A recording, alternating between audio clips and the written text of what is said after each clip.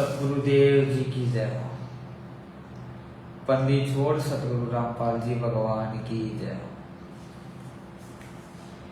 सभी भाइयों और बहनों को दास का सत साहिब व परमपिता परमेश्वर बंदी छोड़ सतगुरु रामपाल जी भगवान के चरणों में दास का कोटि कोटि दंडवत प्रणाम। भगत भाइयों, तब तक आप कुछ भगत भाई लाइव जुड़ जाइए और वीडियो को शेयर कर दीजिए। तब तक हम गुरुदेव का मंगलाचरण कर लेते हैं। सत ग्रीव नमो नमो सतगुरु सगुण नमस्कार गुरु की नहीं सुर नर मुनि जन साधवा संतो सर्वसदि नहीं सतगुरु साहेब संत सब दंडोतम प्रणाम। आगे पीछे मत हुए तिनको जा कुर्बान।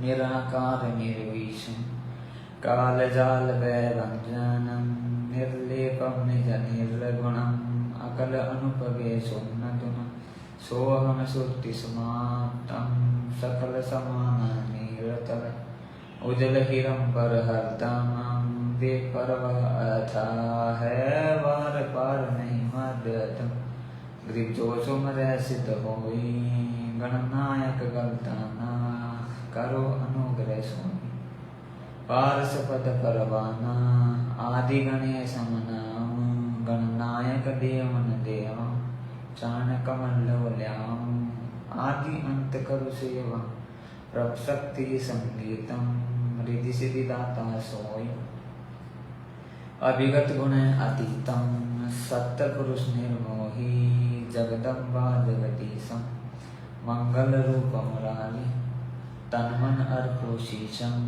भक्ति मुक्ति भंडारी सुर नर मुनि जन वर्मा विष्णु महेशम शेष सहस मुख गावे पूज्य आदि गणेश इधर कुबेर सरीखा वरुण धर्म राय जावे सुमरथ जीवन जी का मन इच्छा फल पावे 33 कोटि तारा द्यावे सहस 88 उतरे भव जल पारा कटे है की फांसी। सत साहेब बंदी छोड़ सतगुरु रामपाल जी भगवान की जय। भगत भाइयों, आप एक बार वीडियो को शेयर कर दीजिए। तब तक दास भी आप एक बार वीडियो को शेयर कर देता है। 1 मिनट लगेगी।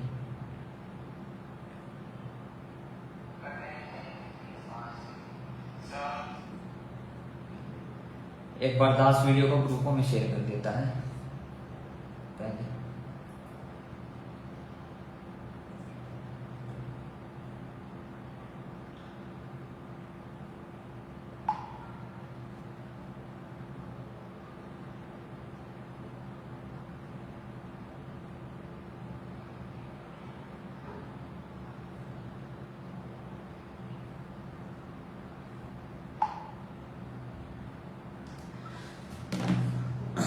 सत साहिब भगत भाइयों,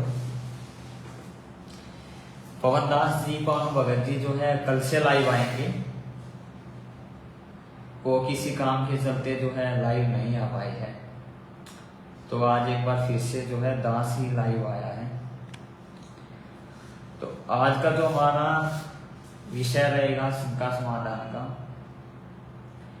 कुछ भगत भाइयों की शंका आती है कि भगत जी आप लोग जो बोलते हो कि सारे नामदान के अंदर फर्जी है और ये जो भगत जुड़े हुए हैं, हमें तो ये व्यवहार से थोड़े बहुत अच्छे भगत लगते हैं, क्योंकि वो बेचारे नए नए भगत जुड़े होते हैं तो उनको उनके व्यवहार का पता नहीं होता है। तो वो बोलते हैं भगत जी हमें तो ये जो बड़े बड़े भगत हैं दूर से देखने में हमें तो ये बहुत अच्छे भगत लगते हैं। तो परमेश्वर की दया से आज उसी पे जो है थोड़ी चर्चा की जाएगी। मालिक की दया से उन भगत भाइयों की आंखें खोली जाएंगी जो भगत भाई इस वीडियो को देख रहे हैं, जिनको अभी तक सच्चाई का नहीं पता है कि ये जो नामदान के अंदर है ये गुरु जी के आदेश से नहीं है। ये जो जगह जगह पे आश्रम खुले हुए हैं ये गुरु जी के आदेश से नहीं है। और जो बड़े बड़े भगत है जैसे नवीन सोनीपत हो गया, एमपी का स्टेट कोऑर्डिनेटर हो गया विष्णु साहू, गुरु जी का कलयुगी भाई हो गया महेंद्र, गुरु जी के भाई का लड़का अमित हो गया, पुरुषोत्तम सैनी हो गया कुरुक्षेत्र आश्रम का संचालक। तो इनके बारे में जब आज पूछे परमात्मा की दया से जो है इनके कारनामे बताए जाएंगे वीडियो में। कुछ वीडियो है इनके सबूतों के साथ में। विष्णु साहू हो गया और भी ये बहुत से भगत हैं। संजीव हुड्डा हो गया यूपी का स्टेट कोऑर्डिनेटर। तो सबसे पहले उन भगत भाइयों की शंका रहती है कि भगत जी ये जो 550 से ज्यादा नामदान केंद्र खुले हुए हैं ये ऐसे कैसे बिना गुरु जी के आदेश के। तो दास उनको बताना चाहेगा भगत भाइयों, परमेश्वर 1994 से लेकर 2014 तक जो है आश्रम में रहे। 2006 तक परमेश्वर ने जो है करोथा आश्रम में नाम दिया, सतलोक आश्रम करोथा में। लेकिन वहां पर आर्य समाजियों ने जो है थोड़ा बहुत दंगा कर दिया था। उसके बाद में 2006 या 7 के बाद में गुरु जी देव ने जो है सतलोक आश्रम बरवाड़ा खोला। बरवाड़ा में हिसार में बरवाड़ा में जो है आश्रम खोला परमेश्वर ने। लेकिन 1994 से लेकर 2014 तक गुरुदेव ने कभी भी एक आश्रम के सिवा कभी भी ना तो एक आश्रम के सिवा दूसरा आश्रम खोला और ना ही एक जगह नामदान देने के सिवा कहीं दूसरी जगह पे नामदान देने के लिए बोला। और किसी भी दास का सभी भक्तों को चैलेंज है, किसी भी भगत भाई के पास अगर ऐसा वीडियो मिल जाए गुरुदेव का सत्संग का जिसमें गुरुदेव बोल रहे हो कि गुरुदेव ने इस भगत को जो है नाम दीक्षा दिलवाने का आदेश दिया है या डीवीडी से नाम देने का आदेश दिया है, किसी भगत के पास में नहीं मिलेगा। तो भगत भाइयों ये व्यवस्था तो पहले भी थी कि जगह जगह पे नामदान केंद्र खोलने की, ये व्यवस्था तो पहले भी थी। तो ये परमेश्वर ने पहले क्यों नहीं खोले 2014 से पहले? उनके गुरुदेव जी के जेल में जाते ही कैसे 550 से ज्यादा नामदान केंद्र खोले गए? एक बहुत बड़ी सोचने वाली बात है। इस पर परमेश्वर के 2-3 सत्संग दास आपको सुनाएगा जिससे आपको यकीन हो जाएगा ये जो जगह जगह पे नामदान केंद्र खुले हुए हैं ना, ये गुरु जी का आदेश नहीं है भगत भाई। दास आपको 2-3 वीडियो सुनाएगा, आप उनको ध्यान से सुनना, ठीक है? बोलो सतगुरुदेव की जय हो। एक समय में एक ही संत परमात्मा भेजते हैं। जैसे स्वयं परमेश्वर आए थे 64 लाख से सोए थे कबीर जी के, और पूरे कितने क्षेत्र में वो 64 लाख से थे, तो वो किसी और को भी बना सकते थे चेले के। गुरु आदेश दे देते थे कि जा भी तू भी नाम दे, जा तुम भी नाम दो। कभी नहीं, 64 लाख को अकेलों ने नाम दिया। और उस समय तो ना कोई मीडिया था, ना कोई सीडी का प्रबंध था कि ज्ञान प्रचार करते। तो परमात्मा ने किसी को भी नाम दान करने का अधिकार नहीं दिया। क्यों नहीं दिया? अपने रहते क्यों नहीं दिया? क्योंकि नाम दान देना कोई हंसी खेल नहीं है। नाम किसी को देना उसके भार को अपने सिर पे रखना। अब जैसे पुण्यात्मा किसी एक सेठ है छोटा सा, और उसने 4 नौकर की जरूरत लगा ली, 4 की तो वो काम चला देगा। अगर वो 1000 नौकर रख ले तो तनख्वाह कहां से देगा? वो तो बाहर बन गई उसके ऊपर, वो रोना अंडर टन हो जाएगा। परमेश्वर की एक एक बात पे गौर करना भगत भाइयों। यहाँ पर परमेश्वर ने क्या बोला? आज से जब 650 साल पहले परमात्मा आए थे उनके 64 लाख भगत थे पूरी दुनिया में। कोई कहीं से, कभी परमात्मा कहीं प्रकट हो जाते थे, कभी कहीं प्रकट हो जाते थे, कभी कहीं पे प्रकट होके नाम देते थे। लेकिन परमात्मा ने क्या बोला आगे, अपने रहते सहते मालिक ने किसी भी भगत को नाम देने का आदेश नहीं दिया। किसी भी भगत को अपने रहते सहते मालिक ने नाम देने का आदेश नहीं दिया। आगे क्या बोला परमात्मा ने, क्योंकि नाम देना कोई हासी खेल वाली बात नहीं है। नाम देना कोई हासी खेल वाली बात नहीं है। नाम देने का मतलब उस शिष्य का बोझ जो है अपने सिर पर रख लेना है। तो विचार करो भगत भाइयों, आज जो 550 से ज्यादा नामदान केंद्र खुले हुए हैं, उन पे आपको नाम दीक्षा कौन दिलवा रहा है भगत भाइयों? आपको आपकी तरह ही 2 कौड़ी के जीव जो है नाम दीक्षा दिलवा रहे हैं 550 से ज्यादा नामदान केंद्रों में। परमात्मा नहीं दे रहे हैं नाम दीक्षा। आपको हमारी तरह ही 2 कौड़ी के जीव 550 से ज्यादा नामदान केंद्र जो खुले हो वहां पर बैठे हुए, वो आपको नाम दीक्षा दिलवा रहे हैं। और परमात्मा देखो यहाँ पर क्या बोल रहे हैं नाम दीक्षा दिलवाने वाले के विषय में। इस सत्संग में देखो, सुनो, ये परमात्मा ने जो है एक पंथ पे सत्संग किया था।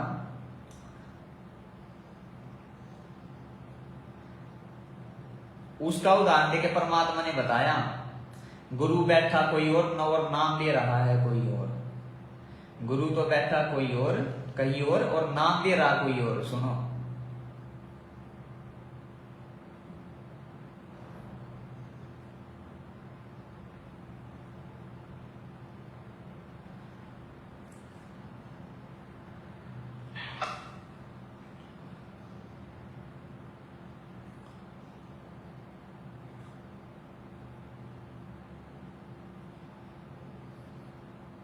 देखना, इनके केस बहुत आए हमारे पास।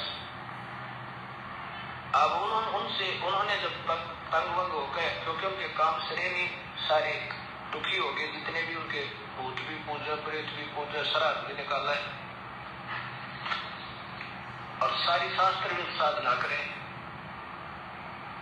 तो मैंने पूछा कि तुम गुरुदेव आपके कौन है, कि कौन नहीं जानता उन गुरुदेव को।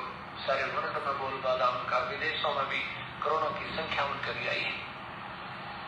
तो मैंने कहा आपका नाम लेने का नंबर फिर कैसे पड़ा? कहते हैं गुरुदेव ने नाम नहीं दिया हमारे को तो क्रिया समझाई थी। हम गए थे आश्रम में, इनका यहाँ पर महरौली के अंदर दिल्ली में आश्रम है, बहुत लंबे चौड़े अक्षेत्र में बना हुआ है। वहां गए थे तो वहां साधु संत छोड़ रखे महाराज जी ने, उन्होंने हमारे को क्रिया समझाई थी।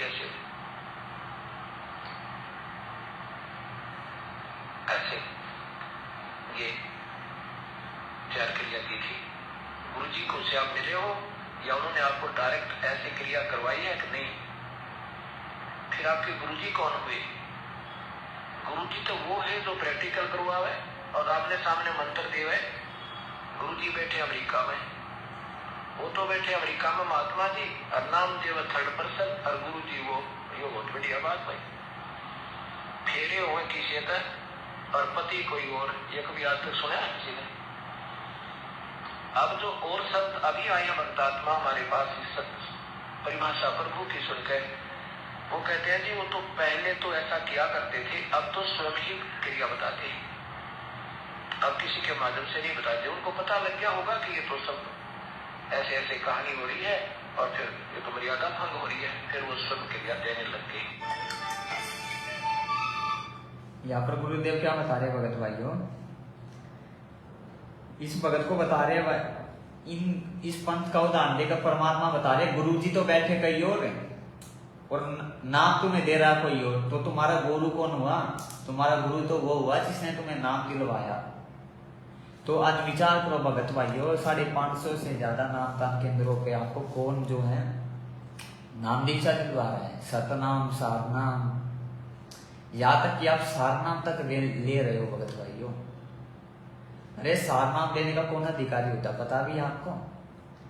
केवल और केवल परमात्मा ही सारनाम देने का अधिकारी होता है, जीव नहीं होता है।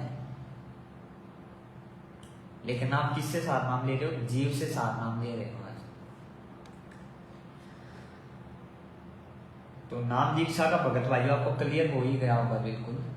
और एक भी प्रमाण अगर किसी भगत भाई के पास हो तो दास को दिखा दे। एक भी प्रमाण 2014 से लेकर आज 2022 लग चुका है।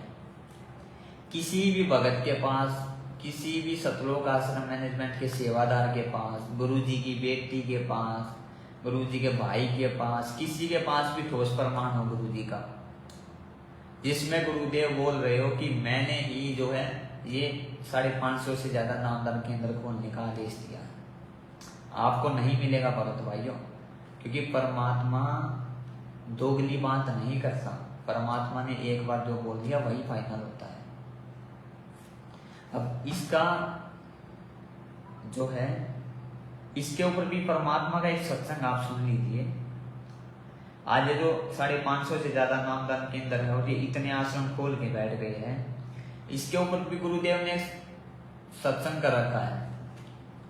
सत्संग में गुरुदेव बोल रहे हैं, या जो जगह जगह पे नामदान केंद्र खोल के बैठ जाते हैं और आश्रम खोल के बैठ गए, संतों के काम नहीं है जगह जगह पे आश्रम खोलना। एक ही शहर में 25-25 आश्रम खोल लेना, एक ही स्टेट में 20-20 आश्रम खोल लेना, ये जो है संतों के काम नहीं है भगत भाइयों। संतों के काम है एक आश्रम खोल ले, उसमें प्यार प्रेम से रहे। एक आश्रम खोल के उसमें जो है प्यार प्रेम से रहे। सुनो, कबीर साहब कहते हैं, राज्य तजना सहज है, सहज प्रिया का ने, मान पढ़ाई ईर्षा दुर्लभ तजनाई। अरे ये नहीं तजी तो इतना मुक्त नहीं हो सकता करोड़ जन्म भी।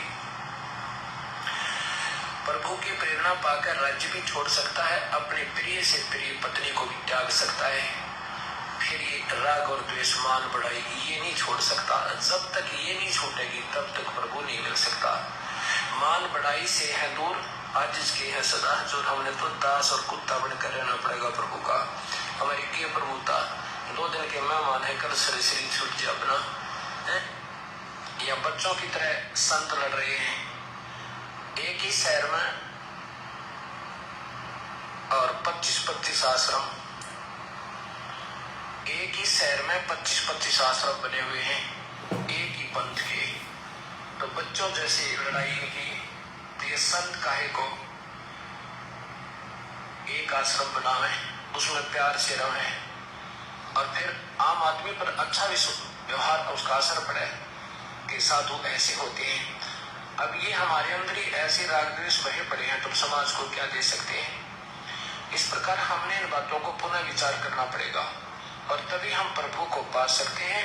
ये बच्चों वाली लड़ाई संत नहीं किया करते, ये हमने त्यागनी होगी, तभी हम प्रभु पा सकते हैं। अब यहाँ देखना इनके यहाँ पर परमात्मा ने क्या बताया भगत भाइयों, ये संतों के काम नहीं है। एक ही आश्रम एक ही जगह पे 25-25 आश्रम खोल देते हैं। तो आज भी तो गुरुजी के नाम से इतने ही आश्रम खुल रहे हैं भगत भाइयों। जगह जगह पे आश्रम, जगह जगह पे आश्रम। जब तक 2014 तक गुरुदेव थे, क्या गुरुदेव ने एक आश्रम के सिवा कभी दूसरा आश्रम खोला? नहीं खोला। तो आज कैसे गुरुजी का आदेश बताकर जो है इतने आश्रम खोल ले जा रहे हैं, ये नामदान केंद्र खोल ले जा रहे हैं। गुरुदेव क्या बोल रहे हैं? संतों का काम नहीं है ये 20-20 आश्रम खोलना। संतों का काम है एक ही आश्रम खोल ले और उसी में प्यार प्रेम से रहे। एक ही आश्रम खोल ले और उसमें प्यार प्रेम से रहे। तो क्या परमात्मा दोगली बात करेंगे? क्या भगत भाइयों परमात्मा दोगली बात करेंगे? क्या परमात्मा अपने वचन के खिलाफ, परमात्मा ने जो आदेश दिया उसके खिलाफ चलेंगे? नहीं चलेंगे। अरे किसी भगत के पास प्रमाण है क्या ये जो आश्रम खुले ये गुरुदेव के आदेश से, ये नामदान केंद्र खुले गुरुदेव के आदेश से? नहीं है किसी के पास में प्रमाण, क्योंकि ये खुले ही नहीं है भगत भाइयों। गुरुदेव की आड़ में धर्म को धंधा बनाने के लिए, पैसा लूटने के लिए, संगत का दान लूटने के लिए ये जो जगह जगह पे आश्रम खोल लिए गए हैं।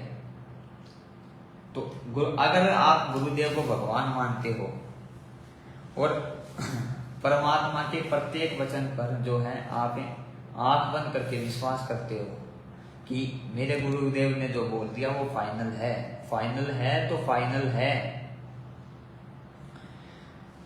तो भगत भाइयों आपकी आंखें खुल जानी चाहिए ये 2-3 प्रमाण देखकर कि जो वर्तमान में जितने भी नामदान केंद्र खुले हुए हैं वो गुरुदेव के आदेश से नहीं है। भगत बोल रहा है कि आवाज गूंज रही है। ठीक है भगत जी, एक बार दरवाजा खोल देता है।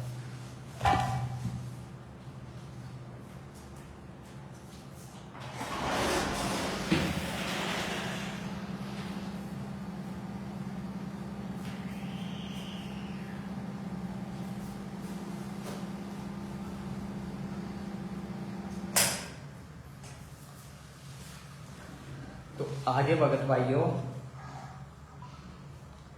ये विषय बिल्कुल क्लियर हो जाना चाहिए आपको कि जितने भी नामदान केंद्र खुले हुए हैं वो गुरु जी के आदेश से नहीं है। और दूसरा 2006 में जब गुरुदेव आर्य समाजी केस में जेल में गए थे तो एक भगत ने परमात्मा से प्रार्थना लगवाई थी कि हम आपसे जुड़ना चाहते हैं तो हम आपसे कैसे नाम ले सकते हैं। तो उस भगत का इंटरव्यू आप सुनना। उस भगत को परमात्मा ने बोला था, उस भगत को परमात्मा ने क्या बोला था, गुरुदेव कि मेरे बाहर आने के बाद तुमको नाम मिलेगा, तब तक अपना नियम मर्यादा में रहो और अपना ज्योत जलाओ, तीनों समय की आरती करो और अपना नियम मर्यादा में रहो। सुनो इस भगत का इंटरव्यू सुनो आप। तहसील पेवा, जिला कुरुक्षेत्र से आया हूँ। क्या करते हैं आप?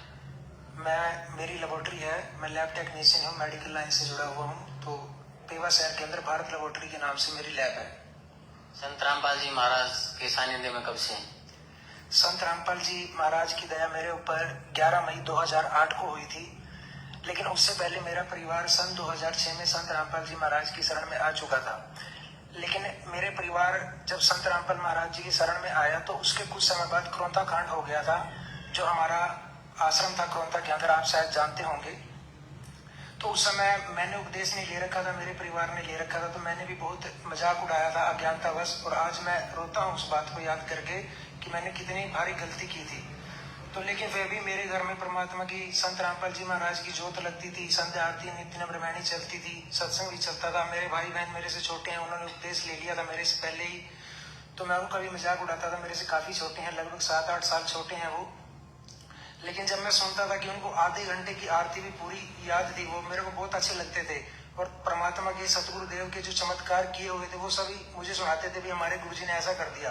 तो मैं हैरान होता था भी ये इतने छोटे छोटे बच्चे, मैं सोच भी नहीं सकता था कि, क्योंकि मेरे को अपना पता था कि मैं कितना निकम्मा आदमी था, और मेरे भाई बहन ऐसी बातें कर रहे हैं तो मुझे हैरानी होती थी कि वाकई में कोई बात तो है जो मेरे परिवार वाले कहते हैं कि हमने यहाँ से नाम ले रखा है, बढ़िया है। तो इसी दौरान हमारे गुरुदेव को इन नकली संतों और महंतों के कारण हरियाणा सरकार ने रोहतक जेल में रखा लगभग 2 साल के लिए, और हम इंतजार करते थे कि कब गुरुदेव। आप सुनना भगत भाइयों, ये कहेगा उसको ध्यान से सुनना, क्या कहेगा, परमात्मा ने इसको क्या आदेश दिया था नाम दीक्षा के विषय में। जो भगत भाई आज सवाल करते हैं कि गुरुदेव तो जेल में, तो नाम दीक्षा कहाँ से ले, ऐसे तो हमें नाम दीक्षा मिल ही नहीं पाएगी।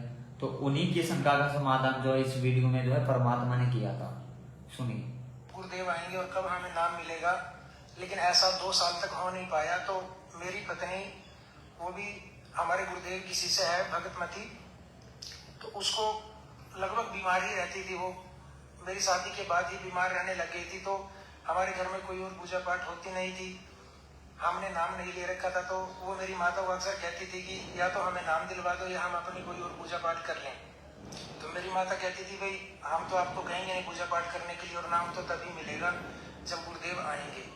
तो मेरे पिताजी ने 2-4 भगत जो आसपास के थे उनसे बात की भी ऐसे ऐसे घर में दिक्कत है, पुत्र वधु बीमार रहती है। तो उन्होंने कहा भी कोई बात नहीं, गुरुदेव से प्रार्थना करेंगे। तो किसी भगत के माध्यम से गुरुदेव से प्रार्थना लगाई। गुरुदेव बोले उनको बोल दो कि जोत लगाना शुरू कर दें और दंडोत प्रणाम शुरू कर दें, और जब परमात्मा बाहर आएंगे तो आपको नाम मिल जाएगा। तो उसी दिन से हमने जोत लगानी शुरू कर दी। जोत तो पहले भी लगती थी, लेकिन प्रणाम करना शुरू कर दिया। तो हमने देखा कि जो, मैं आपको सच करके बता रहा हूँ, आप विश्वास करना इस बात को कि 6-7 हजार रुपये महीने की दवाई हमारी आती थी, तो वो रोग ठीक नहीं हो रहा था। एक 10 रुपए की गोली से वो रोग ठीक हो गया, जबकि वो गोली किसी और बीमारी के लिए ली थी उसने, और जो रोग था वो उस गोली ने ठीक कर दिया हमारा। तो मेरा विश्वास परमात्मा की तरफ पूरा दृढ़ हो गया कि ऐसा परमात्मा कर सकते हैं। जबकि हमने नाम भी नहीं लिया, तो नाम लेने के बाद कितने सुख होंगे हमारे घर में। तो सन 2008 11 मई को गुरुदेव के आने के 10-12 दिन बाद हमने उपदेश लिया। जो हम परिवार के 3 सदस्य रह रहे थे, हमने सभी ने उपदेश ले लिया। तो ये कच्चा काम नहीं करते बंदी छोड़।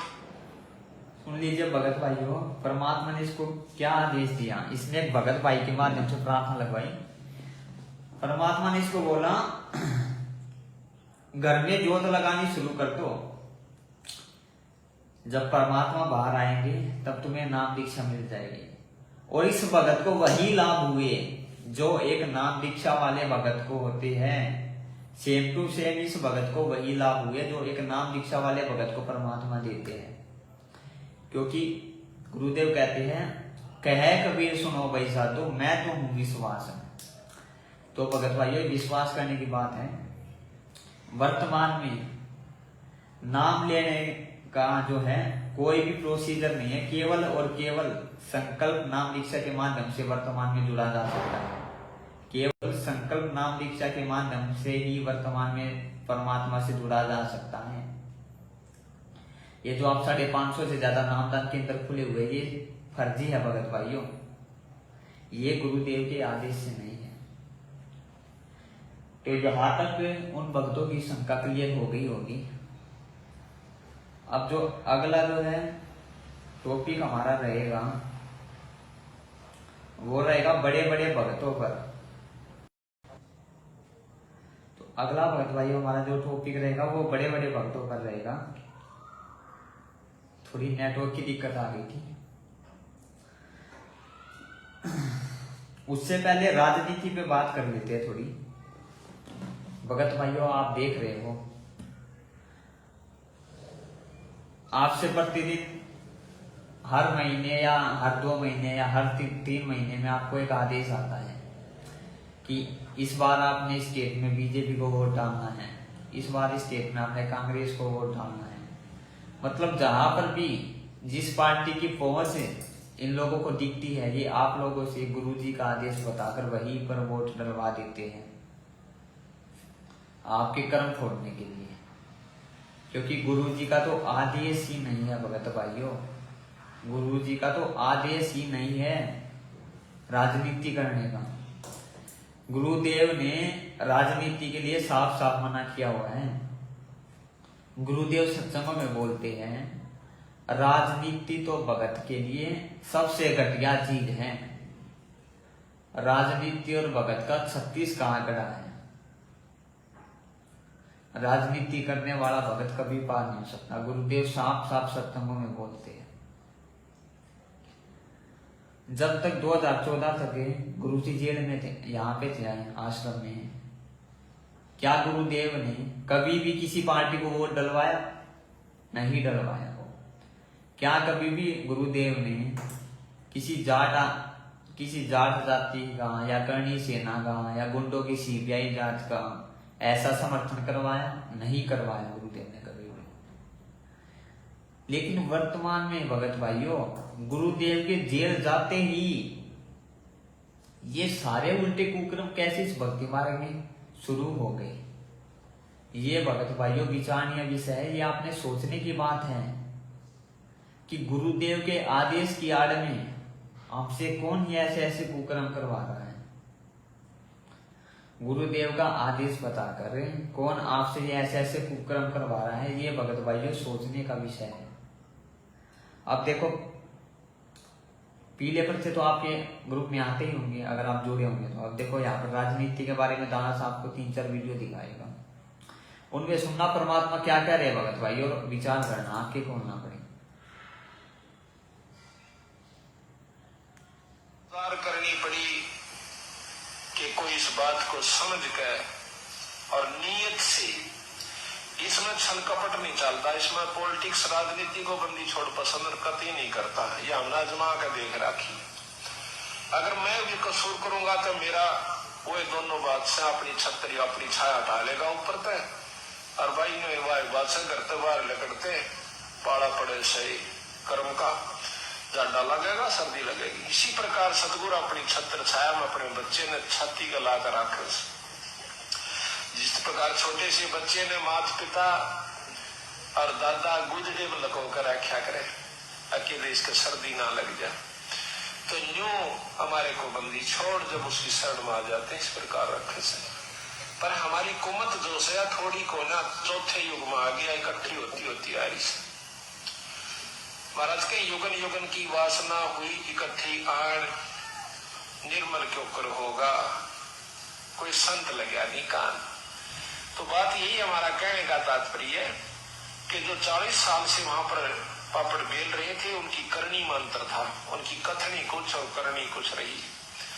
यहाँ पर कथनी थोड़ी हो, करनी अधिक हो, जो परमात्मा बंदी छोड़ प्रसन्न होते हैं। इन सारा बेरा हम सोच क्या रहे हैं, करांगे क्या, अब इससे क्या छुपा सकते हैं। गीता दास गीसा पंथ के अंदर गीसा संत का एक परम शिष्य हुआ है। वो कहते हैं अपने गुरु को परमात्मा स्वरूप समझ कर चले। तो वो कहते हैं कि मेरे पर्दे के मेहरमी पिया जी, अपने गुरु को कहते हैं, और आपसे कहाँ लको लो जिया जी, पर्दे तक के आप मेरे जानने वाले हो, ये बात तो मैं क्या छुपा सकता हूँ मालिक। तो इस प्रकार हमारा भाव बढ़ा है कि हम ईश्वर से कुछ नहीं छुपा सकते, वो सारी जानते। परमात्मा इस सत्संग में भगत भाइयों बता रहे हैं, बंदी छोड़ राजनीति को बिल्कुल भी पसंद नहीं करते। किस चीज को परमात्मा पसंद नहीं करते? राजनीति को पसंद नहीं करते।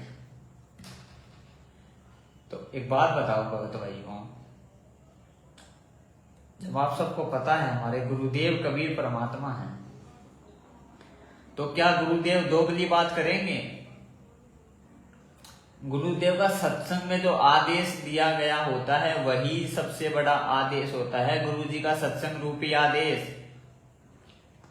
तब तो क्या गुरु जी अपने ही उस आदेश के खिलाफ जाकर भक्तों से वोट डलवाएंगे क्या? कभी कांग्रेस को, कभी बीजेपी को। और यहाँ पर गुरुदेव क्या बोल रहे हैं? गुरुदेव राजनीति को कभी बिल्कुल भी पसंद नहीं करते।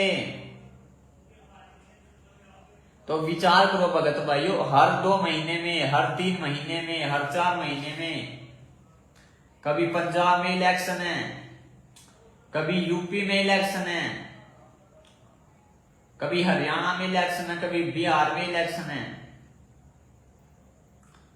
कभी पीले पर्चे में आता है गुरुजी का आदेश है कांग्रेस को वोट डालना है,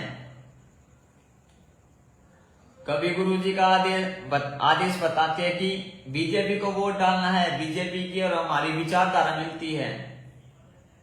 अरे घटिया राजनीति पार्टी की विचारधारा भक्तों की विचारधारा और भक्तों के जो है मिशन से कभी मिल सकती है क्या? विचारधारा क्या होता है? होती है मानसिकता। अरे राजनेताओं की कैसी मानसिकता होती है? सारा दिन तो वो 2 नंबर के पैसे में लगे रहते हैं।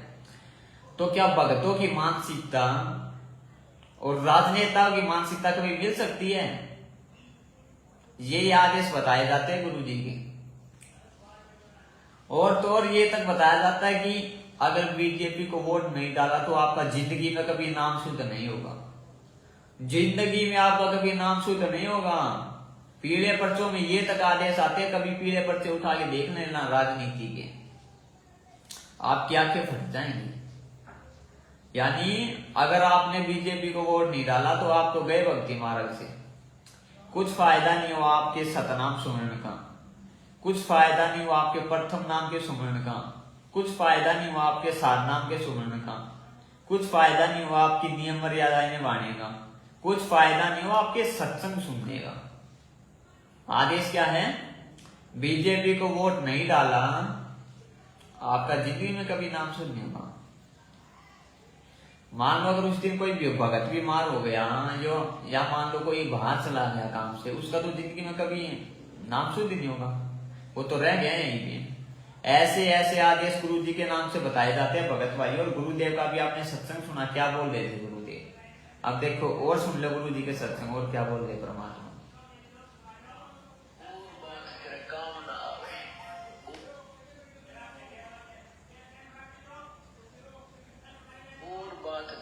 काम न आवे।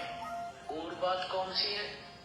और बात है, ये बात देख रहे हो कि इलेक्शनों के चक्कर में कितनी भाग दौड़ हो रही है। अच्छा तो ठीक है, जो इलेक्शन लड़ रहे हैं वो तो ठीक दुखी, कहीं मंडली बना करके भाई फलाना जीतेगा ना, वो भी जीत सकता ना भाई, पक्की बात से ला ले शरत, सारा दिन ये गप्पे, कुछ लेना देना।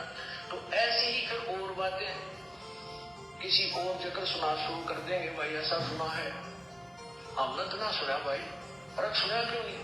यानी एक बात का इतना लंबा इतिहास सुना रहे, 2 घंटे में उनका फैसला नहीं हो, उठ के चल पड़े। तो परमात्मा कहते हैं ये जो बातें हैं ये तेरे काम नहीं आवे।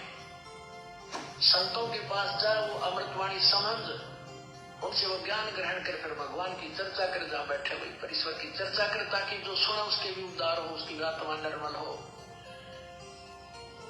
तो इसलिए भगवान कहते हैं और बात तेरा काम ना आवे। और संत क्या देगा आपको? वो चीज देगा जो कोई भी नहीं दे सकता। आपने जहां वोट देनी, परमात्मा क्या बोल रहे हैं यहाँ पे? और बात तेरा काम ना आवे। और बात कौन सी बताई गुरु जी ने? राजनीति करना।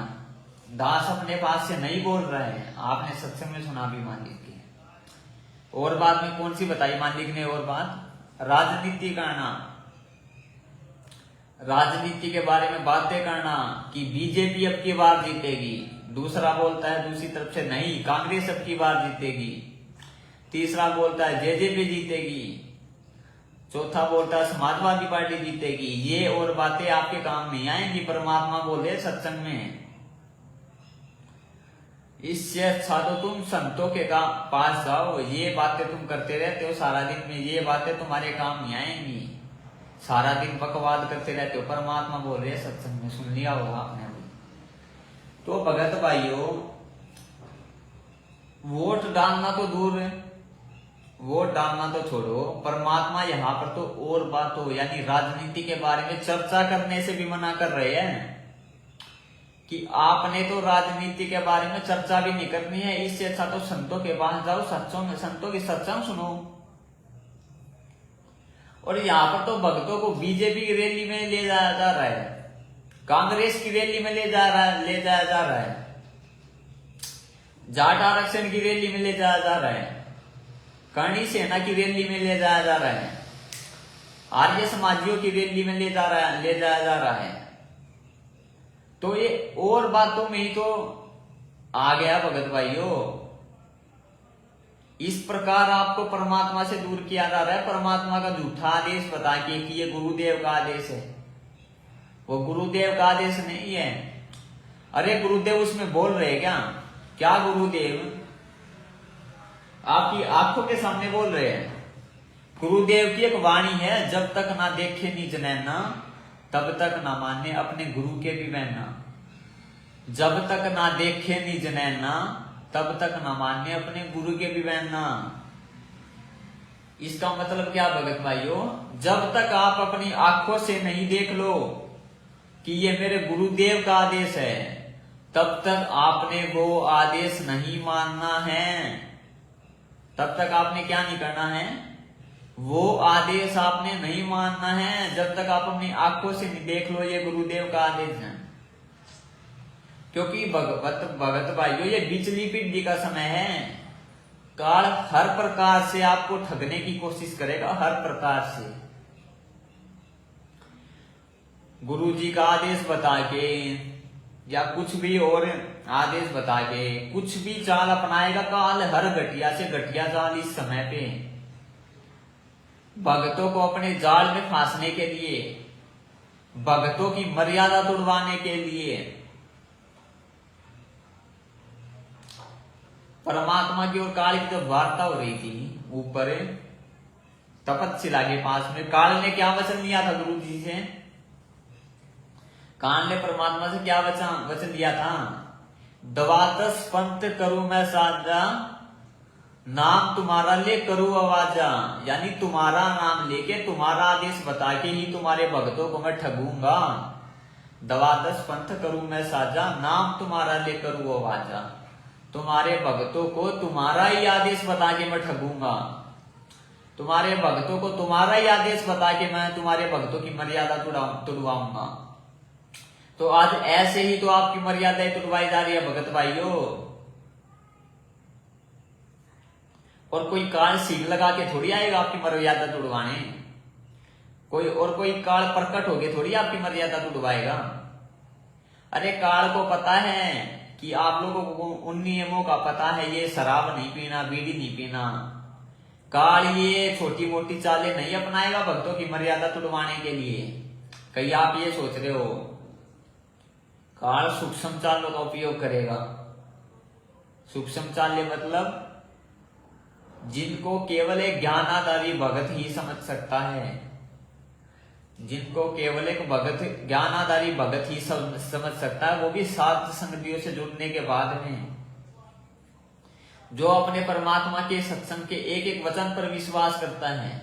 गुरुदेव यहाँ पर बोल रहे आपने राजनीति नहीं करनी, पर उधर से एक पीड़ा पर्चा आ जाता है और आदेश बता दिया जाता है, मेरा आदेश है डाल दो बीजेपी को वोट, मेरा आदेश है डाल दो कांग्रेस को वोट, मेरा आदेश है दे दो जाटों को समर्थन। जाटों को समर्थन देने का मतलब आप समझते हो क्या होता है? जाटों को समर्थन देने का मतलब आप समझते भी हो क्या होता है? एक स्पेशल जाति को समर्थन देना जाटों को समर्थन देने में आता है। गुरुजी का क्या नारा है? जीव हमारी जाति है, मानव धर्म हमारा, हिंदू मुस्लिम सिख ईसाई धर्म नहीं कोई नारा। अरे गली गली में तुम पुस्तक सेवा करते हो, पुस्तक सेवा करते वक्त तो तुम बड़ा ही नारा बोल देते हो कि हमारे लिए सारी जातियां जो है सेम है, हम जातियों में भेदभाव नहीं करते हैं, मानव हमारा धर्म है। तो कहां चला गया तुम्हारा मानव धर्म उस टाइम पे? तब हजारों की संख्या में, लाखों की संख्या में भक्तों को जाट आंदोलन में बिठाया था ना, तब कहां चला गया था वो तुम्हारा नारा जो तुम पुस्तक सेवा में बोलते हो? जीव हमारी जाति है, मानव धर्म हमारा, हिंदू मुस्लिम सिख ईसाई धर्म नहीं कोई नारा। तब वो कहां पे चला गया था तुम लोगों का नारा? इसी चीज को बोलते हैं भगत भाइयों काल की सूक्ष्म चालों को समझना।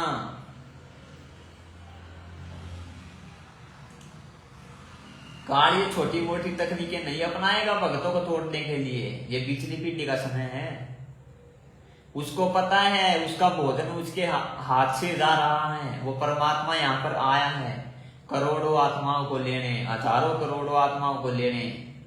इतनी आसानी से नहीं जाने देगा वो आत्माओं को यहां से। तो ज्ञान को आधार बनाना पड़ेगा, परमात्मा के ज्यादा से ज्यादा सत्संग सुन के उन पर विचार करना पड़ेगा। गुरुदेव क्या बोल रहे हैं और पीले पर्चे में क्या आदेश आ रहा है, तब जाके बात बनेगी। अब देखो तीसरा वीडियो देखो, राजनीति के ऊपर ही परमात्मा का। आपने जहां वोट देनी है दीजिए, अपना फैसला करके, बस इतना ही काम, आगे नहीं शिफा, बाकी अपना। परमात्मा ने क्या बोला है? अगर कोई नया नया भगत है नहीं भी मानता है, ये नए भगत के लिए वीडियो है। आपने जहां वोट देना दीजिए, अपना फैसला करके, किसी और के फैसले से नहीं। किसका फैसला करके? अपना फैसला करके। उसके आगे गुरुदेव ने क्या बोला? इससे ज्यादा नहीं, इससे ज्यादा नहीं, मतलब इससे ज्यादा कुछ मत करना, अपना फैसला करो, जिसको देना हो दे दो। ये बकवास आपने नहीं करनी है कि उसको वोट डलवाना है, उसको वोट डलवाना है। दूसरे भक्तों को आपने नहीं कहना है कि इसको वोट दो, उसको वोट दो।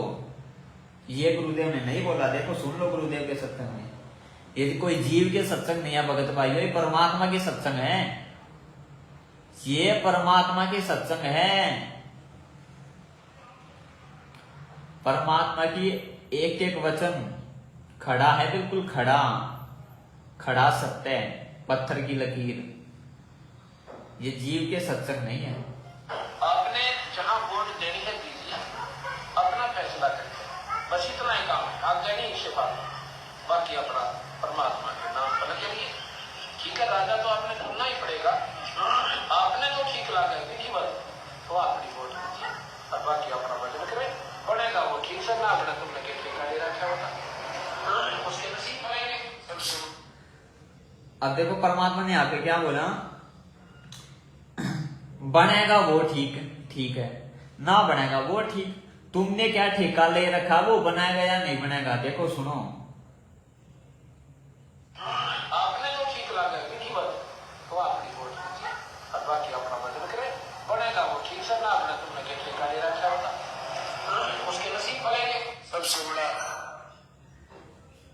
तो भगत भाइयों जब हमने ठेका ही नहीं ले रखा वो बनेगा या नहीं बनेगा, गुरुदेव बोला किसी को भी डाल दो, तो ये आपके साथ में जोरों जबरदस्ती की वो दर करवाई जा रही है कि जिसने बीजेपी को वोट नहीं डाला उसका जिंदगी में कभी नाम शुद्ध नहीं होगा। क्या परमात्मा अपने सत्संगों के खिलाफ है, अपने सत्संग के उल्टे में ही आदेश देने कोई? क्या परमात्मा अपने सत्संगों के विपरीत कोई आदेश देगा? नहीं देगा भगत भाइयों, ये सोचने वाली बात है। अरे जो पीड़ा पेज आप देखते हो ना, पीड़ा पेज जो आप देखते हो उसमें गुरुदेव बोल नहीं रहे हैं। कल को कोई भी आपको पीड़ा पेज लिख के बता देगा, कोई भी उल्टा सीधा आदेश और गुरु जी का बता देगा और आप लोग उसको मान लोगे और आप लोग तो हो गए वहीं पे फैल, और आए दिन संगत फैली तो हो रही है, अकाल मौत मर रही है। क्या कारण है संगत के अकाल मौत मरने का? सबसे बड़ा संगत के अकाल मौत मरने का यही कारण है भगत भाइयों, यही कारण है। क्या कारण है? उनको गुरु जी के नाम पे उल्टे सीधे आदेश बताए जाते हैं जो गुरु जी के सत्संगों से बिल्कुल विपरीत होते हैं, गुरु जी के असली आदेश से बिल्कुल विपरीत होते हैं। गुरु जी का नाम बताकर उनको आदेश बताए जाते हैं और वो उनको मान लेते हैं, वहीं पे उनकी मर्यादा खंड हो जाती है और काल उनको उठा ले जाता है, काल उनको ले जाके नरक में ठोक देता है। तो इन बातों पर भगत भाइयों विचार करो।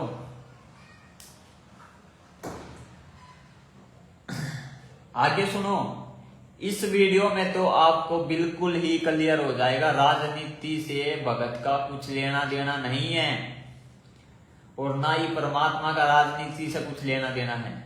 राजनीति के ऊपर सत्संग तो दास के पास बहुत पड़े हैं, लेकिन दास अभी आपको ये समय के अभाव के चलते 4 ही वीडियो दिखा रहे हैं, 4था वीडियो आप देखिए।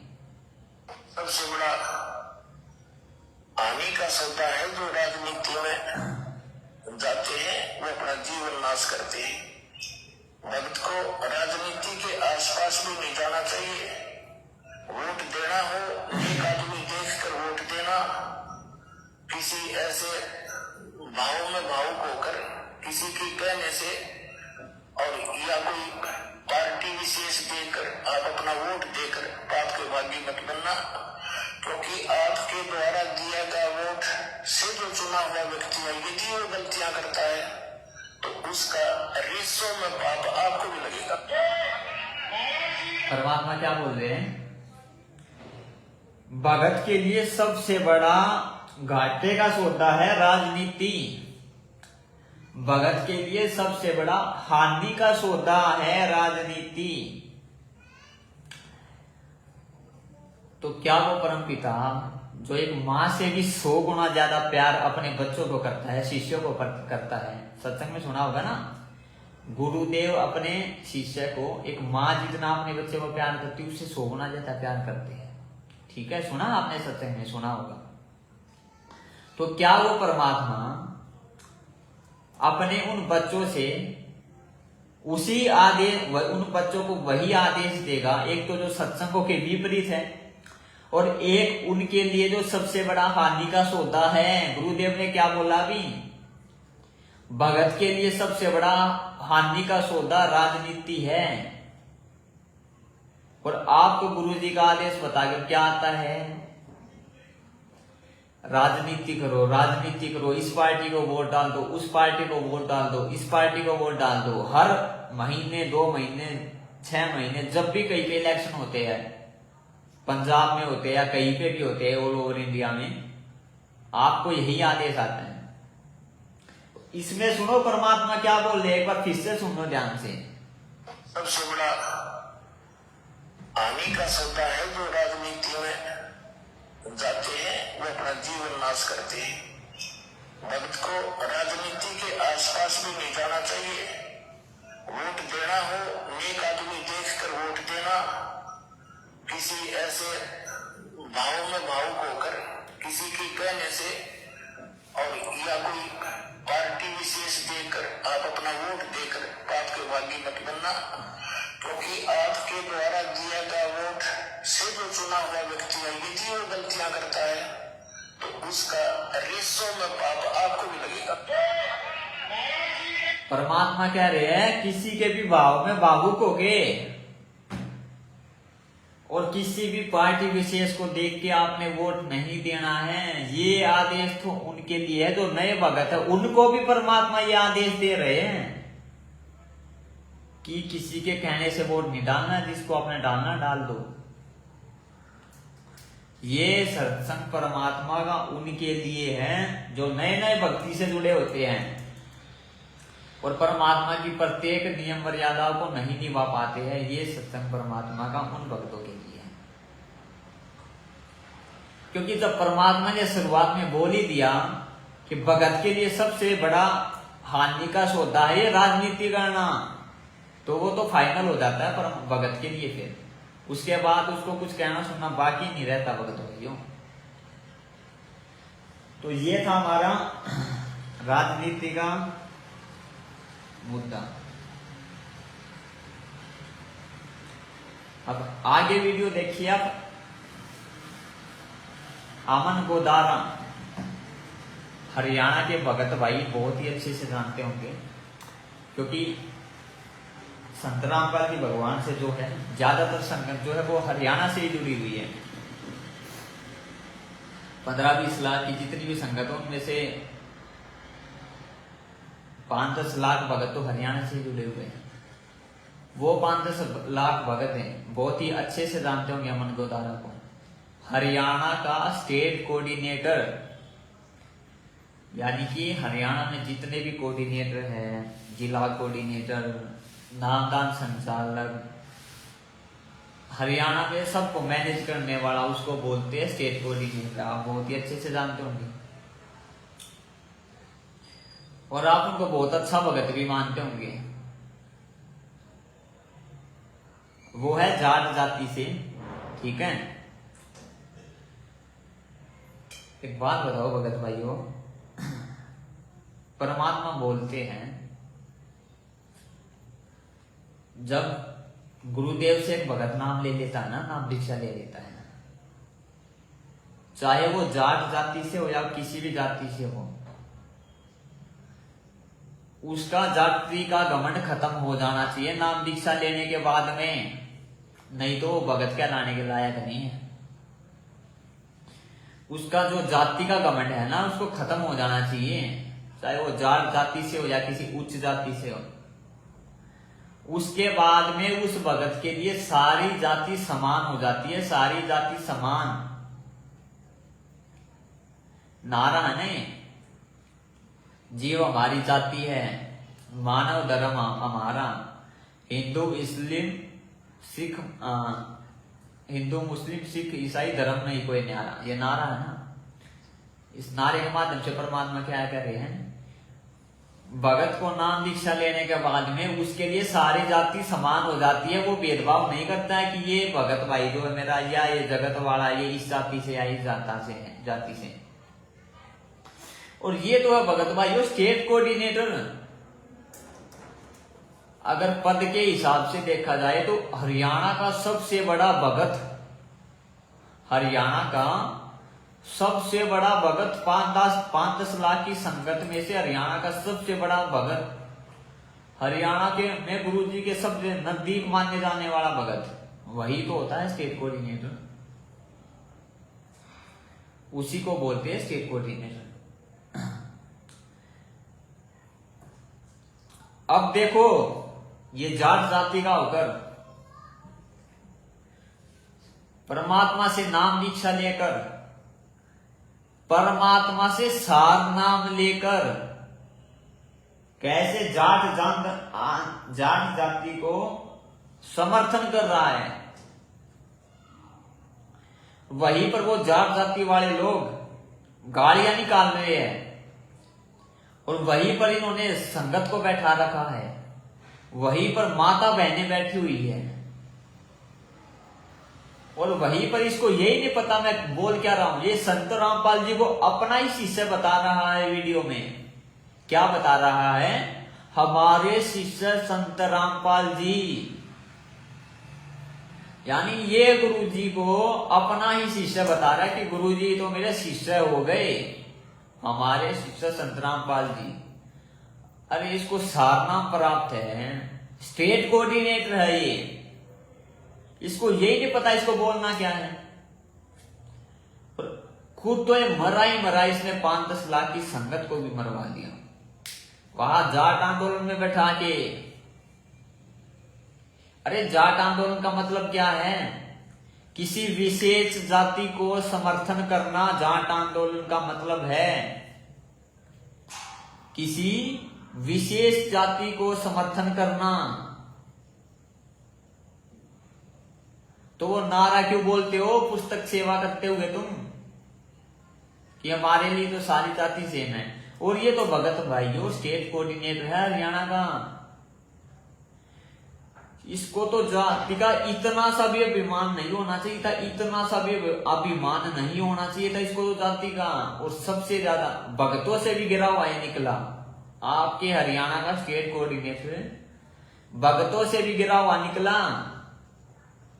सुनो इसके प्रवचन, दास सुनाता आपको।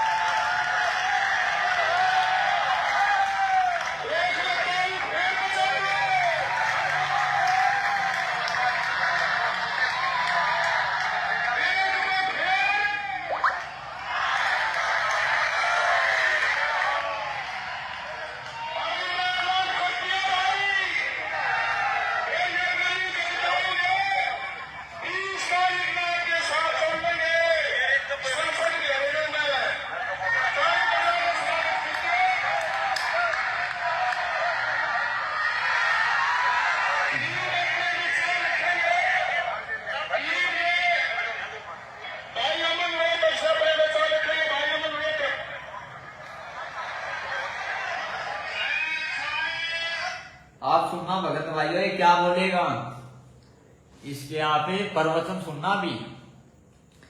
उसके बाद में इसने जो 5 लाख रुपए दिए भगतों के दान का जाट आंदोलन में, उस पर भी बात की जाएगी, भगतों के कैसे कर्म फोड़े जा रहे हैं।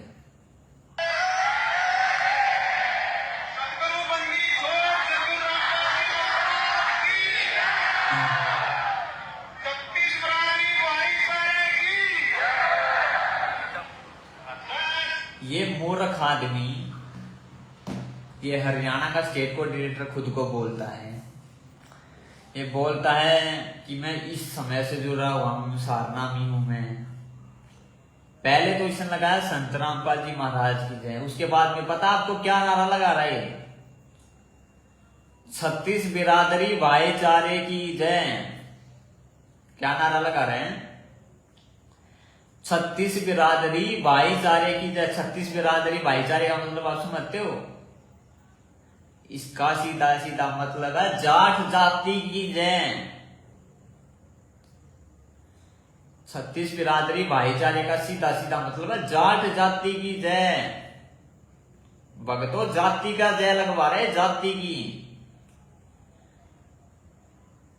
स्टेट कोऑर्डिनेटर होके हैं, जिसको संगत इतना बड़ा भगत समझती है, ये सोचते कि इससे बड़ा तो कोई भगत ही नहीं हो सकता हरियाणा में, ये तो ऐसा भगत होगा, ऐसा भगत होगा, बिल्कुल बहुत ही अच्छा भगत होगा, सारनामी है, स्टेट कोऑर्डिनेटर है।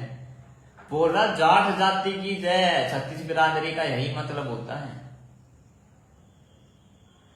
ये देख लो ज्ञान है। स्टेट कोऑर्डिनेटर का हरियाणा का।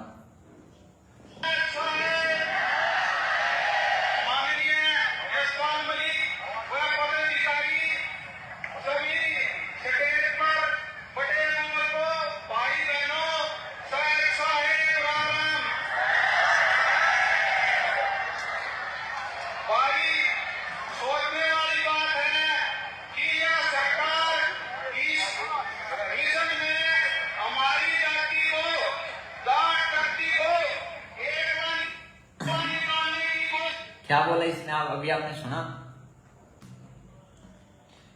इसने बोला ये सरकार हमारी जाति को, आगे इसने क्या बोला, जाट जाति को तोड़ना चाहती है। यानी इस भाई की अभी जाति जो है जीव नहीं है, इस भाई की जाति अभी जीव जाति नहीं है, इस भाई की जाति अभी जाट जाति है।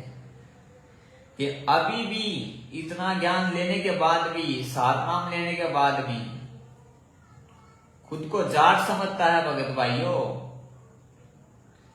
खुद को जातिवादी में समझने का मतलब अभिमान, घमंड है, जाति का घमंड है। तो ये भगत कैसे हो गया? दास का आप लोगों से सवाल है, जो हरियाणा के भगत इनको बहुत बड़ा भगत मानते हैं, तो भगत भाइयों ये भगत कैसे हो गया? ये तो अभी जाति के घमंड में डूबा हुआ है, इसका तो अभी जाति का घमंड ही नहीं टूटा है। परमात्मा कहते जब तुम्हारा सारा घमंड टूट जाएगा, बिल्कुल तुम दास बन जाओगे, तो तब तुम भगत कहलाने के लायक हो। बोला 36 बिरादरी की जय, 36 बिरादरी की जय मतलब जाट जाति की जय। फिर से सुनो,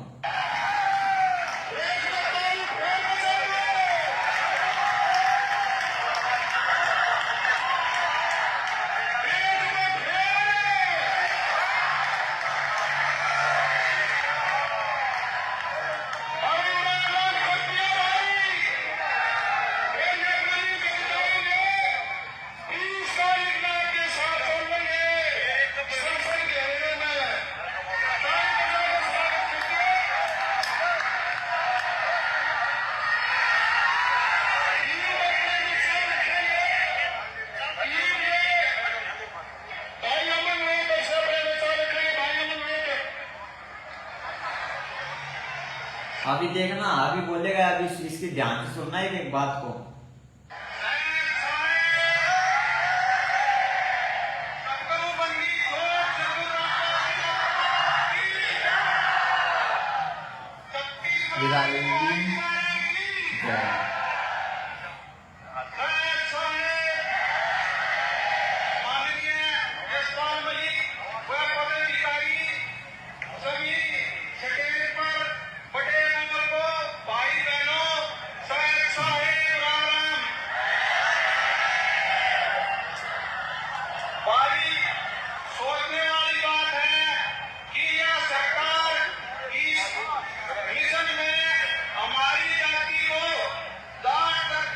जाट जाति निकालने की कोशिश कर रही थी, लेकिन हमारे अनुयायी संत रामपाल जी महाराज ने सभी सुना भगत भाइयों आपने अभी इसमें क्या बोला? हमारे अनुयायी संत रामपाल जी महाराज ने, ये मूर्ख है, इसको यही नहीं पता इसको बोलना क्या है। ये अपने गुरुदेव को ही अपना शिष्य बना रहा है। हमारे अनुयायी संत रामपाल जी महाराज हैं। सुनो देखो क्या बोल रहा है मूर्ख आदमी। सोचने वाली बात है कि यह सरकार इस मिशन में हमारी जाति को, जाट जाति को एक बार निकालने की कोशिश कर रही थी, लेकिन हमारे अनुयायी संत रामपाल जी महाराज ने सभी जातियों को एक किया है और एक ही रखने की इजाजत है। परमात्मा की दया से संत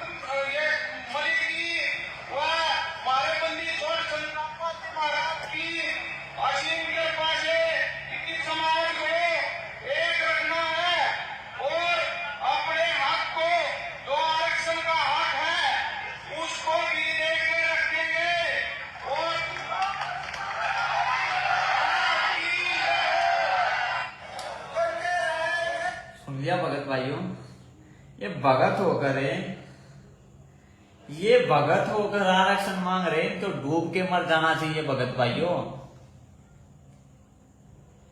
भगत होकर आरक्षण मांगने का मतलब समझते हो आप क्या होता है? भगत होकर आरक्षण मांगने का मतलब है अपने परमात्मा को छोड़कर सरकार के सामने हाथ फैलाना, सरकार के सामने हाथ फैलाना अपने परमात्मा को छोड़कर। अरे जिसको अपने परमात्मा पे विश्वास नहीं, अपने गुरुदेव पे, अपने गुरुदेव भगवान पे जिसको विश्वास नहीं, वही तो हाथ फैलाएगा सरकार के सामने। जिसको अपने गुरुदेव पर विश्वास होगा वो कभी भी हाथ नहीं फैलाएगा, क्योंकि उसको पता है उसको बोधन देने वाला उसका गुरुदेव, उसका भगवान अभी उसके पीछे खड़ा है। और इन्होंने 5 लाख रुपए का, शुरुआत में मैंने आपको सुनाया, 5 लाख रुपए का इन्होंने चंदा दिया जाट आंदोलन में, भक्तों के दान का। भगत भाइयों, इसको बोलते हैं भक्तों के दान का मिसयूज है।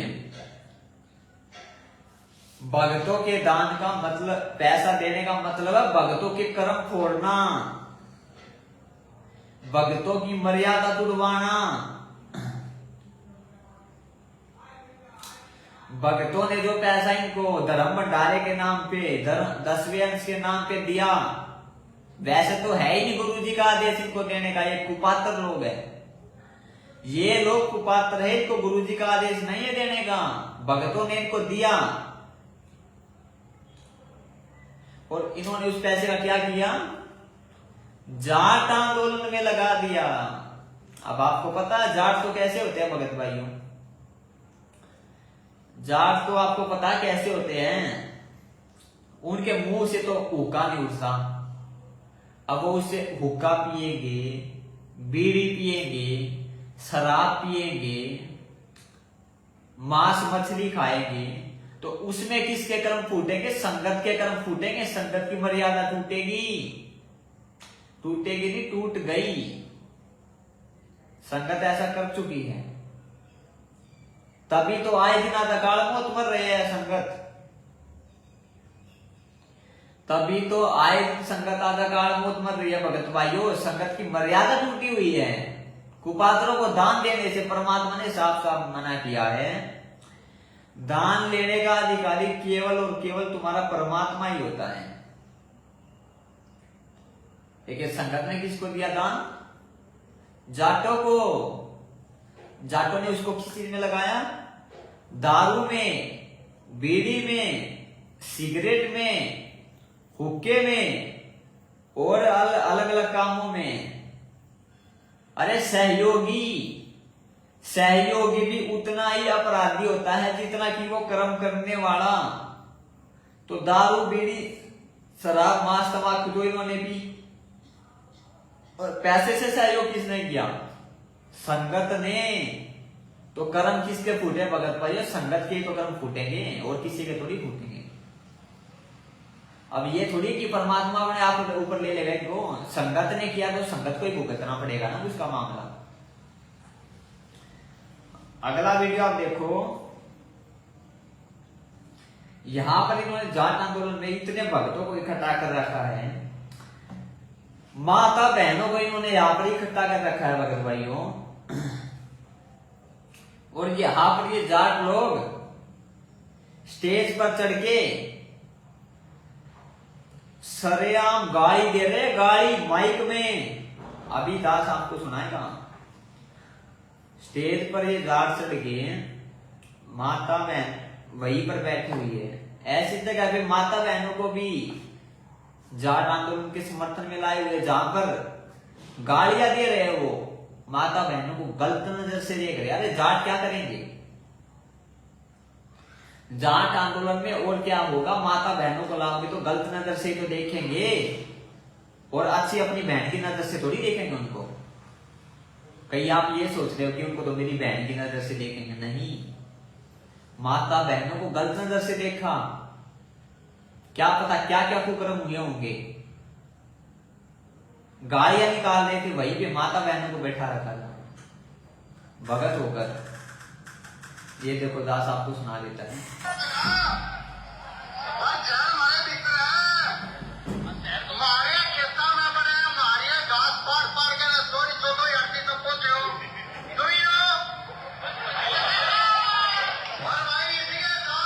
देखो मूर्ख संगत, इसको बोलते हैं असली मूर्ख संगत। ये भाई जो स्टेज पे है, ये दूसरी जातियों को गाली दे रहा है, दूसरी जातियों को गाली दे रहा है। ये भाई जो स्टेज पे खड़ा है कि हमारे खेतों में आके गाली दिया कि वो हम बोल नहीं सकता। नीच कमीनों, कमीनों का मतलब समझते हो, हरियाणा में बोलते हैं कमीनों का मतलब नीच जाति वाले लोगों को। कमीनों का मतलब है नीच, कमीनों का मतलब है हरियाणवी में बोलते हैं, हरियाणा में नीच जाति वालों को, उनको गाली दे रहे हैं ये, और मूर्ख संगत हंस रही है।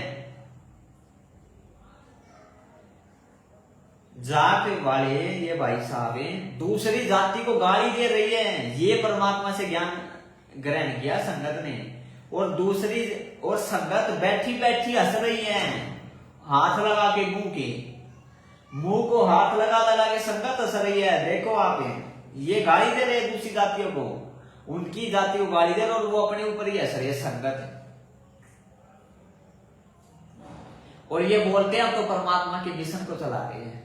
ऐसे परमात्मा के मिशन चला रहे हैं भगत भाइयों, ऐसे ये परमात्मा का मिशन चला रहे हैं। मूर्ख संगत हंस रही है, वो दूसरी जाति को गाली निकाल रहा है, दुनिया वालों को गाली निकाला, उससे संगत हंस रही है। देखो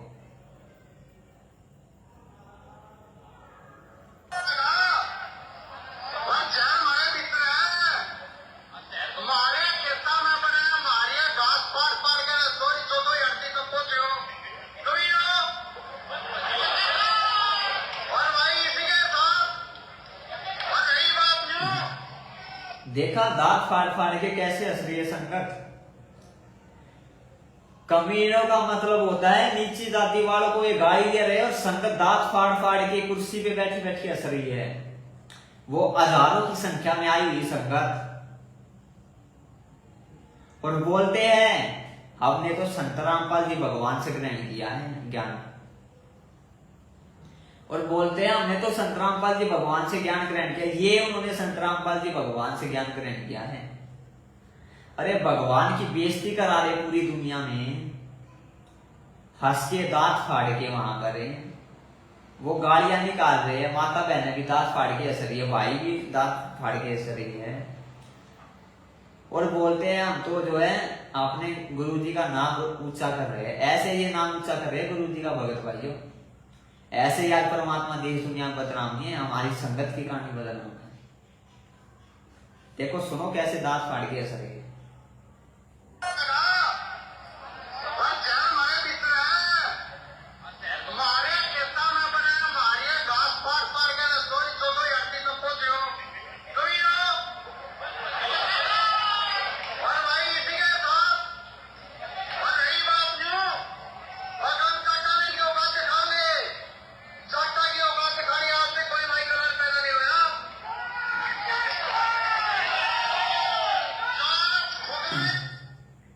ये भाई बोल रहा है कि दुनिया वाले बोलते हैं हम जाटों को उनकी औकात दिखाएंगे, और आगे बोल रहा है जाटों को औकात दिखाने वाला आज तक पैदा नहीं हुआ, जाटों को औकात दिखाने वाला आज तक पैदा नहीं हुआ, और संगत उस पर भी असर रही है। इतनी मंदबुद्धि आज हमारी संगत है तो भाइयों, इतने मंदबुद्धि। ये हरियाणा जाट आंदोलन में जो भगत बैठे थे, जिनको आप भगत मानते हो बड़ा बड़ा, पता नहीं कितने बड़े बड़े भगत आए होंगे जिनको आप बड़ा मानते हो। हम दास तो नहीं मानता है, दास को तो पता है कि क्या होगा था क्या नहीं। कितना ये गुरु जी को भगवान मानते हैं, कितना ये गुरु जी के वचनों पर चलते हैं।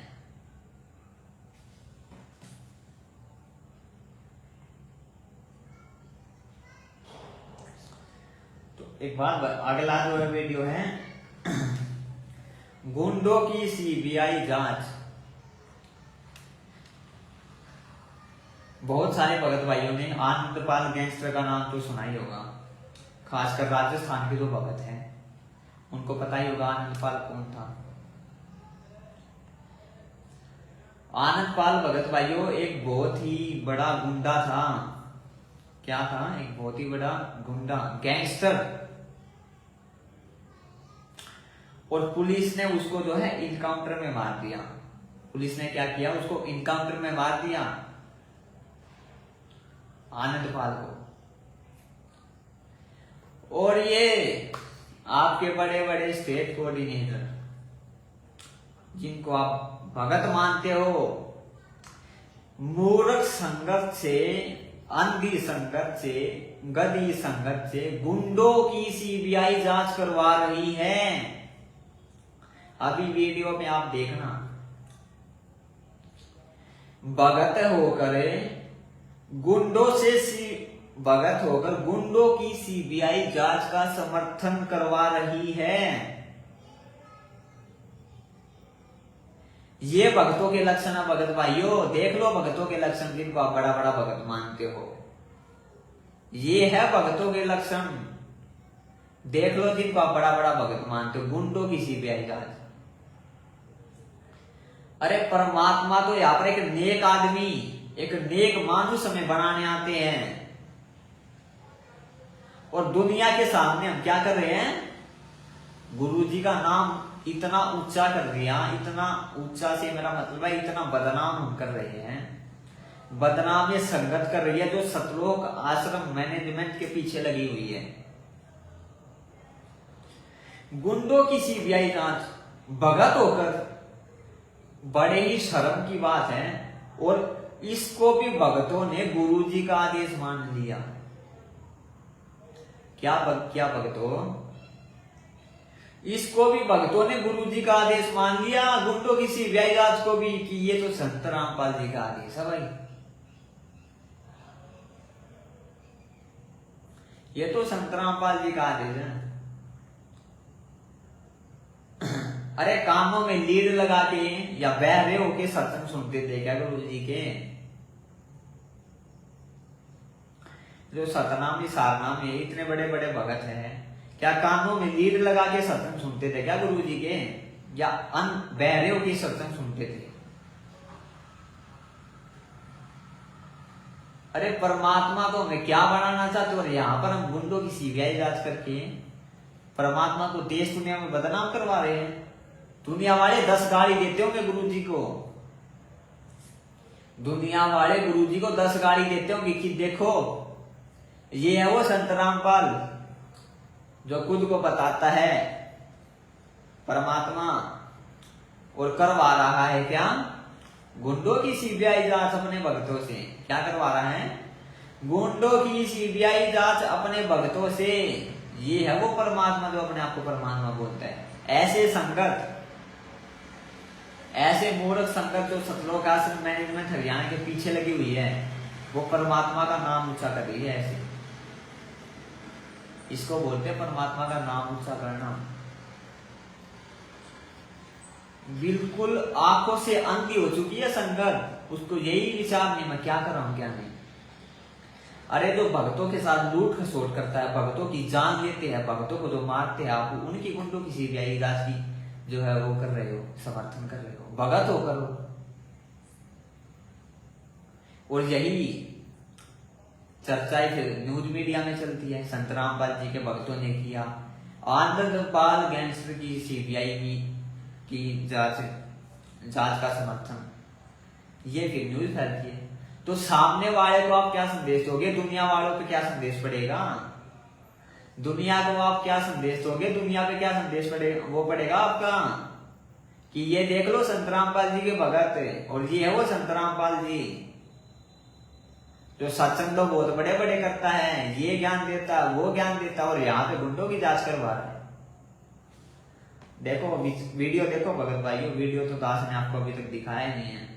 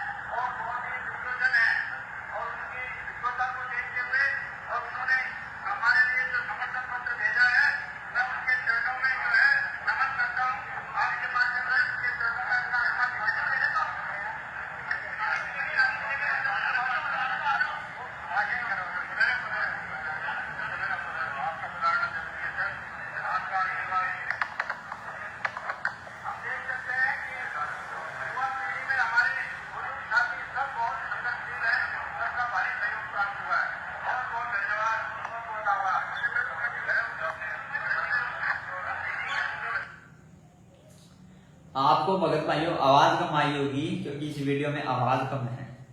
आपको दास एक बार ऑडियो भी सुना देता है माइक के पास में लगा के।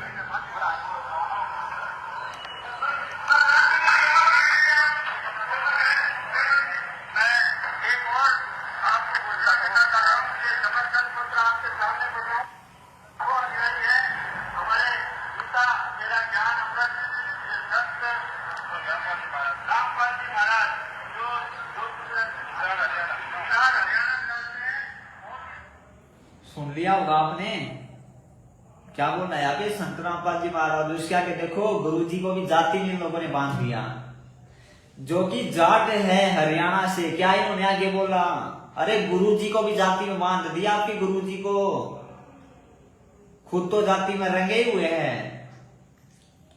आगे इन्होंने बोला जो कि हरियाणा प्रांत से जाट जाति से है। देखो सुनो, भगवान को भी नहीं छोड़ा इन्होंने। जो संदेश देते ये भगवान के गुरु बन के बैठ गए, जिनको आप बड़ा बड़ा भगत मानते हो। सुनो,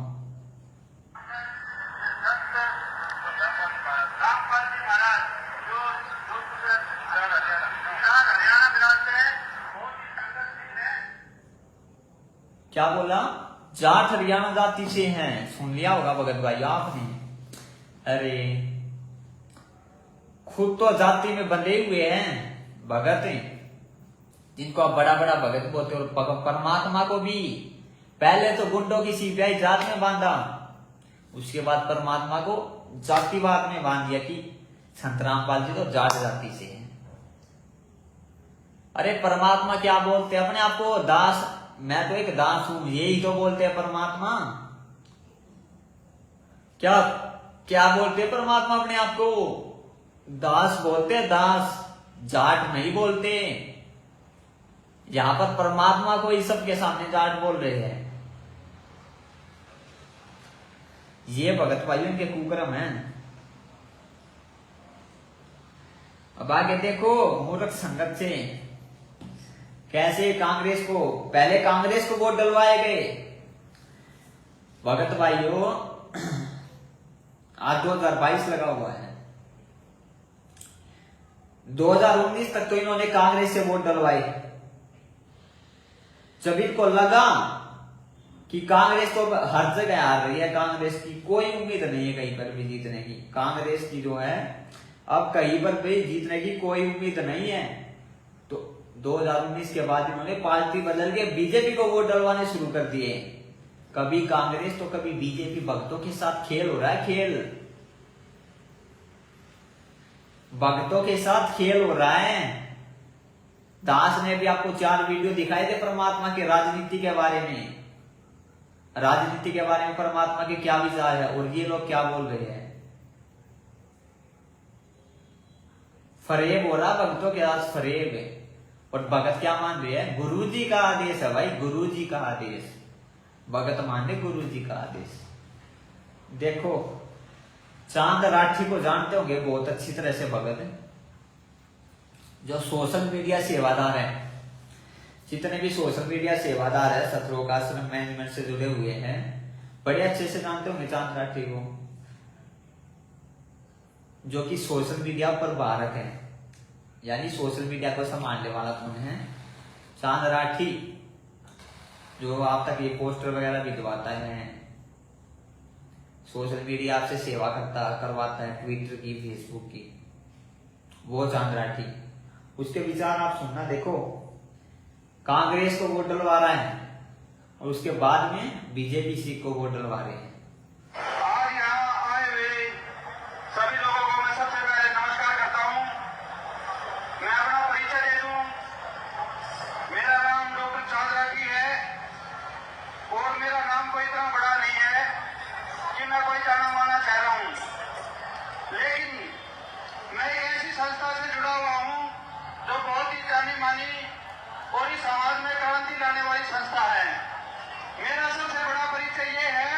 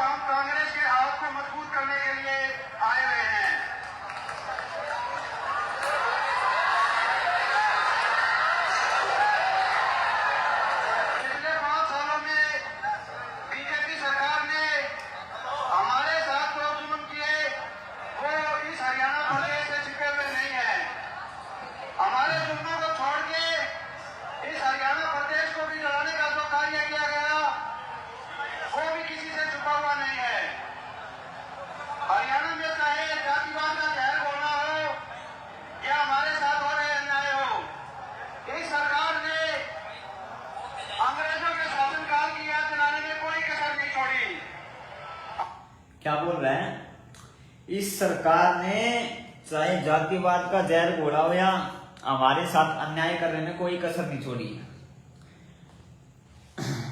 अभी सुना आपने इसने क्या बोला बीजेपी के बारे में, ये 2019 का इसका इंटरव्यू है। उसके 6 महीने बाद क्या आदेश आता आपको पता है भगत भाई? उसके 6 महीने बाद में आदेश आता है कि आपने बीजेपी को वोट डालना है, और बीजेपी को अगर वोट नहीं डाला तो आपका जिंदगी में कभी नाम शुद्ध नहीं होगा। फिर नीचे 2-3 परमात्मा की वाणियां लगा देते हैं, सतगुरु वचन निश्चय कर मानना, पूरे गुरु की सेवा ठानना है, ऐसे करके कुछ वाणियां। 6 महीने पहले तो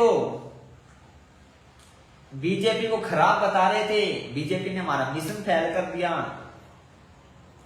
बीजेपी ने दुनिया का नाश कर दिया, और 6 महीने बाद में क्या आदेश आ रहा भगत भाइयों?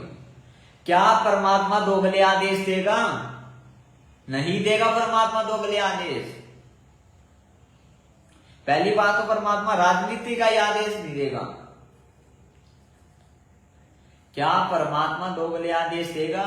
6 महीने में कांग्रेस तो 6 महीने बीजेपी, क्या 6 महीने बाद में वो सरकार इतनी अच्छी होगी कि उसको ऐसा आदेश दे दिया गया कि जिसको वोट नहीं डाला, जिसने वोट नहीं डाला बीजेपी को, उसका जिंदगी में कभी नाम शुद्ध नहीं होगा।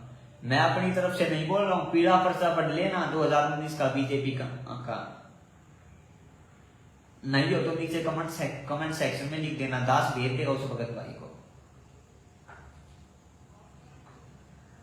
ये आदेश भगत भाइयों के है। सुनो आगे अब ये क्या बोल रहा है भगत भाई, देखो फिर से सुनो ये क्या बोल रहा है। पिछले 5 सालों में बीजेपी सरकार ने हमारे साथ जो जुल्म किए वो इस हरियाणा प्रदेश से छिपे हुए नहीं है। हमारे जुल्मों को छोड़ के इस हरियाणा प्रदेश को भी जलाने का जो कार्य किया गया वो भी किसी से छुपा हुआ नहीं है। हरियाणा में चाहे जातिवाद का जहर घोलना हो या हमारे साथ हो रहे अन्याय हो, इस सरकार ने अंग्रेजों के शासनकाल की याद दिलाने में कोई कसर बोल रहा है हमारे साथ ही सरकार ने अन्याय किए, अंग्रेजों का शासनकाल याद दिलाने में कोई कसर नहीं छोड़ी। अरे तो 6 महीने बाद कैसे सरकार बदल गई? 6 महीने बाद तुम्हारे साथ क्या ऐसा उन्होंने कर दिया कि तुमको आज ऐसा आदेश निकालना पड़ेगा पूरी संसद के लिए कि सबने बीजेपी को वोट डालना है, नहीं तो नाम शुद्ध नहीं होगा जिंदगी में, कभी भी कहीं भी नाम शुद्ध नहीं होगा जिसने वोट नहीं डाला। ये आदेश है, ये फरमान के आगे सुनो क्या बोल रहा भाई साहब। नहीं छोड़ी। हमारा देश एक लोकतांत्रिक देश है जहां पर जनता के द्वारा जनता तय करती है कि किसकी सरकार बनेगी। लेकिन पिछले 5 सालों में जो बीजेपी सरकार ने इस प्रदेश और देश में जहर घोलने का कार्य किया है, उनके राष्ट्रीय अध्यक्ष का कहना है कि 5 साल के बाद कोई इलेक्शन होंगे ही नहीं। तो ये कैसी खतरनाक सोच की पार्टी है आप सभी जानते हैं। इन्होंने हमारे साथ बरवाड़ा कांड करवाया और हमारे शंकुदेव जी को झूठा देशद्रोह का मुकदमा बनाकर उनके साथ साथ 1000 व्यक्तियों को जेल में डाल दिया। एक ऐसा समाज भगत भाइयों ध्यान से सुनो क्या बोल रहा है, ध्यान से सुनने वाली इनकी बातें हैं। ये बोल रहे इन्होंने हमारे साथ धोखा किया, हमारे गुरुजी के साथ धोखा किया और उनको जेल में बंद करवाया। गुरुजी के साथ मतलब भगवान के साथ धोखा। ये कह रहा है बीजेपी सरकार ने हमारे भगवान के साथ धोखा किया, करवाया। तो आज ये क्या कर रहे हैं उसी, ये तो अरे तो गुरु गद्दार हो गए, गुरु गद्दार, अपने गुरु के साथ गद्दारी करने वाले। कैसे हो गए गुरु गद्दार? सरकार ने किसके साथ गद्दारी की? संत रामपाल जी भगवान के साथ। आज ये किसका साथ दे रहे हैं? 2019 से लेके आज 2022 तक हर पीले पर्चे में बीजेपी, वही बीजेपी जिसको ये सोशल मीडिया का प्रबंधक चांद राठी संभालने वाला, जिसको सबसे ऊपर माना जाता है सोशल मीडिया सेवादारों में, क्या बोल रहा है? सरकार ने हमारे गुरुजी के साथ धोखा किया। गुरुजी के साथ मतलब हमारे साथ धोखा। और उनको झूठे देशद्रोह के मामले में अंदर फंसाया, और आज उसी सरकार को ये वोट डाल रहे हैं जिसने गुरुजी के खिलाफ देशद्रोह का मुकदमा करवाया। इनके अनुसार गुरुजी को जो है अंदर फंसाया इनके अनुसार। तो गुरु गद्दार कौन हुआ भगत भाइयों? ये जो है विचार करने वाली बात है। कौन हुआ असली गद्दार? ये है वो असली गद्दार, ये लोग जो परमात्मा के नाम पे लोगों को ठग रहे हैं।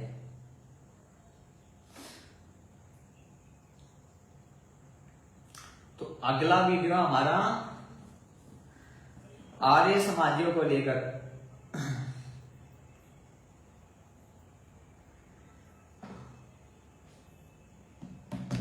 एक बात बताऊंगा भाइयों, कोई अगर आपके गुरुदेव से, हमारे गुरुदेव से दुश्मनी कर ले, परमात्मा से कोई दुश्मनी कर ले, परमात्मा के साथ कोई कांड करवा दे। आपको पता है 2006 में कांड किसने करवाया था करोथा आश्रम में? आर्य समाजियों ने। तो गुरु गद्दार हुए ना, वो गुरु गद्दार हुए ना 2006 में, जिन्होंने आपके गुरुजी के खिलाफ, हमारे गुरुजी के खिलाफ, हमारे परमात्मा के खिलाफ जो है कांड करवाया, करोथा कांड जिसको वो आप बोलते हैं, जिसके चलते परमात्मा को 2 साल तक जेल में रहना पड़ा, जिसके चलते परमात्मा पर जो है एक उसके व्यक्ति की हत्या का परमात्मा पर मुकदमा लगा। वो लोग गुरु गद्दार हुए ना, तो क्या भगत होकर अपने गुरु के शिष्य होकर, परमात्मा के शिष्य होकर, क्या आप उन गुरु गद्दारों को समर्थन दे सकते हो? भगत भाइयों, जिन्होंने जिनकी वजह से आपके परमात्मा 2 साल तक जेल में रहे, उन पर हत्या का झूठा मुकदमा लगा, क्या आप उनको समर्थन दे सकते हो? अपने गुरुजी के खिलाफ जाकर। लेकिन इन लोगों ने, जिनको आप बड़ा बड़ा भगत मानते हो, स्टेट कोऑर्डिनेटर, वर्ल्ड कोऑर्डिनेटर, जिला कोऑर्डिनेटर, सोशल मीडिया बड़े बड़े सेवादार, जिनको आप बड़ा बड़ा भगत मानते हो, ये आश्रम संचालक, फर्जी आश्रम जो खुले हुए हैं, इन लोगों ने वहां पर भी संगत को मूर्ख बनाने में, संगत के कर्म फुड़वाने में, संगत की मर्यादा तुड़वाने में कोई कसर नहीं छोड़ी। इन लोगों ने वहां पर भी कोई कसर नहीं छोड़ी संगत की मर्यादा तुड़वाने में। अब मर्यादा कैसे तुड़वाई? इन्होंने उन्हीं आर्य समाजियों को समर्थन दिलवाया, और आदेश किसका बताया? संत रामपाल जी का, गुरु जी का, जिन्होंने परमात्मा के साथ 2006 में धोखा किया, उन्हीं का समर्थन दिलवाया, गुरु जी का झूठा आदेश बता के संगत का। और मूर्ख संगत ने, आंख बंद करके बैठी संगत ने वो आदेश भी गुरु जी का मान लिया कि हमारे गुरु जी का ही तो आदेश है, इनका आर्य समाजियों का समर्थन करना है। समर्थन कैसे किया? भक्तों की भीड़ को इकट्ठा करके। समर्थन कैसे किया? भक्तों की भीड़ को इकट्ठा करके, भक्तों के पैसे का मिसयूज करके, भक्तों का पैसा दान कुपात्रों को देके, उल्टे कामों में लगा के 11 लाख रुपए भक्तों के दान का इन लोगों ने आर्य समाजियों को दिया, यानी गुरु गद्दारों को दिया, जिनकी वजह से आपके परमात्मा, हमारे परमात्मा 2 साल जेल में रहे, उन पर झूठा हत्या का मुकदमा लगा, उनका समर्थन दिया और 11 लाख रुपए साथ में भक्तों का समर्थन दिलवाया। सुनो, देखो। संत रामपाल जी का समर्थन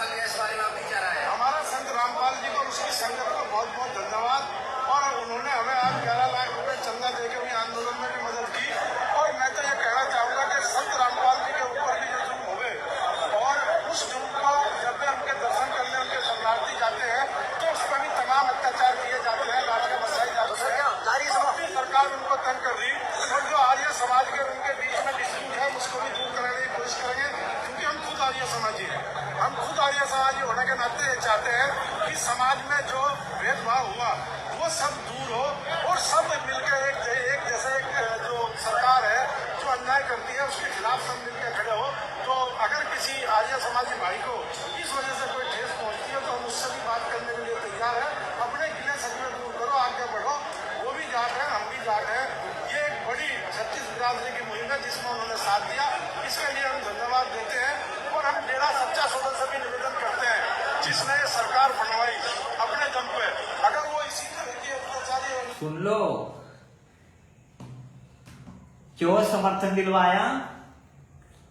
आर्य समाजी भी जाट और ये बड़े बड़े आपके जो भगत है, स्टेट कोऑर्डिनेटर है, ये लोग भी जाट। जाति के चलते इन्होंने गुरु गद्दारों को ही समर्थन दिलवा दिया और आदेश किसका बताया? परमात्मा का। और 11 लाख रुपए चंदा भगत भाइयों आपके दान का। आप सोच सकते हो 11 लाख रुपए को कोई वो जो दान में नहीं लगाएंगे। जाटों का आपको पता नहीं है, दास हरियाणा से है। दास की जाति से जाति था, तो मानव धर्म है दास का। जीव जाति आतो दास की। दास को अच्छे से जानता जाटों की क्या वो होती है। सबसे पहला ये लोग उस पैसे को हुक्का, बीड़ी, शराब, ये तो जाटों की भगत भाइयों सबसे प्रथम वो होते हैं काम पैसे के करने। पैसे से सबसे प्रथम जाटों के काम क्या होते हैं? हुक्का, बीड़ी, शराब, मांस, तंबाकू, ये काम होते हैं जाटों के। वो 11 लाख रुपए आपके कोई दान में नहीं लगे हैं संगत वालों। वो 11 लाख रुपए आपके कर्म खुड़वाने के लिए लगे हैं। वो उन जाटों ने हुक्का पिया, उससे बीड़ी पी, शराब पी, मांस तंबाकू खाया। उसका दोष किसको लगा? संगत को। मर्यादा किसकी टूटी? संगत को। खाली एक आदमी को नहीं, पूरी संगत को उसका भुगतना पड़ेगा।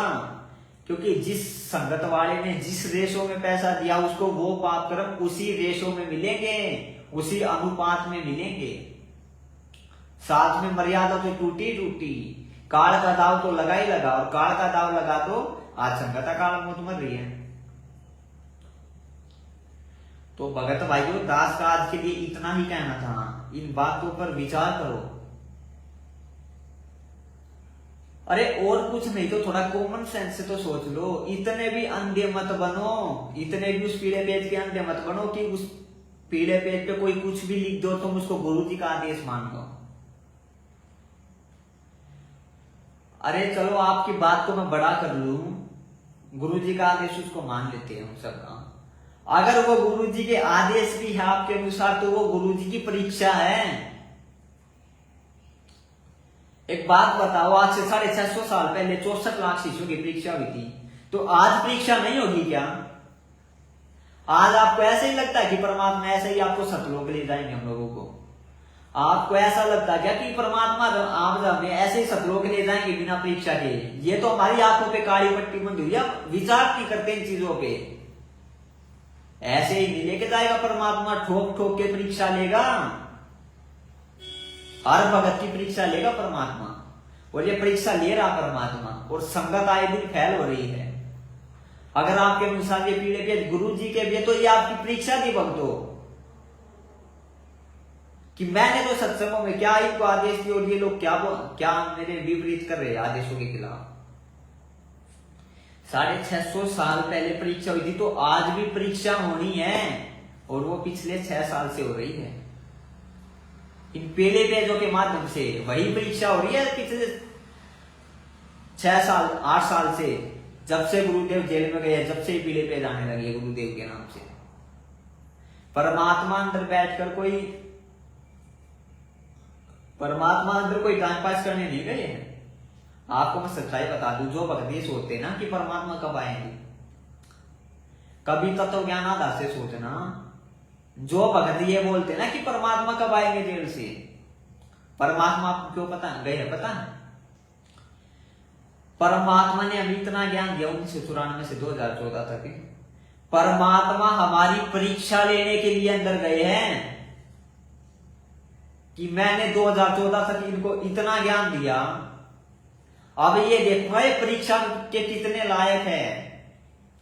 परमात्मा और कुछ वहां पर टाइम पास करने नहीं गए हैं कि परमात्मा जाके टाइम पास कर रहे हो, भगवान है, उनको कोई जेल में नहीं रोक सकता। वो संगत वालों की परीक्षा ही लेने के लिए गए हैं कि इनको मैंने इतना ज्ञान दे दिया, अब देखूंगा ये मेरे ज्ञान पर कितना टिक पाते हैं, कितना मेरे सत्संग रूपी आदेशों पर ये टिक पाते हैं। और एक दो संगत वाले भी इकट्ठे 5-5 लाख संगत, 5-5 10-10 लाख संगत इनको समर्थन दे रही है। समर्थन देकर इकट्ठे 5-5 लाख भक्तों की, 10-10 लाख भक्तों की मर्यादाएं टूट रही है भगत भाइयों। सब काल के जाल में जा रहे हैं, सब अपनी मौत को दावा दे रहे हैं, अकाल मौत को, काल को दावा दे रहे हैं सब। इसीलिए आज परमात्मा जेल में, ऐसे ही परमात्मा नहीं बैठे, परमात्मा परीक्षा लेने के लिए बैठे। ये वही 650 साल पहले वाले ही परीक्षा चल रही है, देखा देखी वाली परीक्षा जो 650 साल पहले परमात्मा ने ली थी ना। परमात्मा ने क्या किया था 650 साल पहले,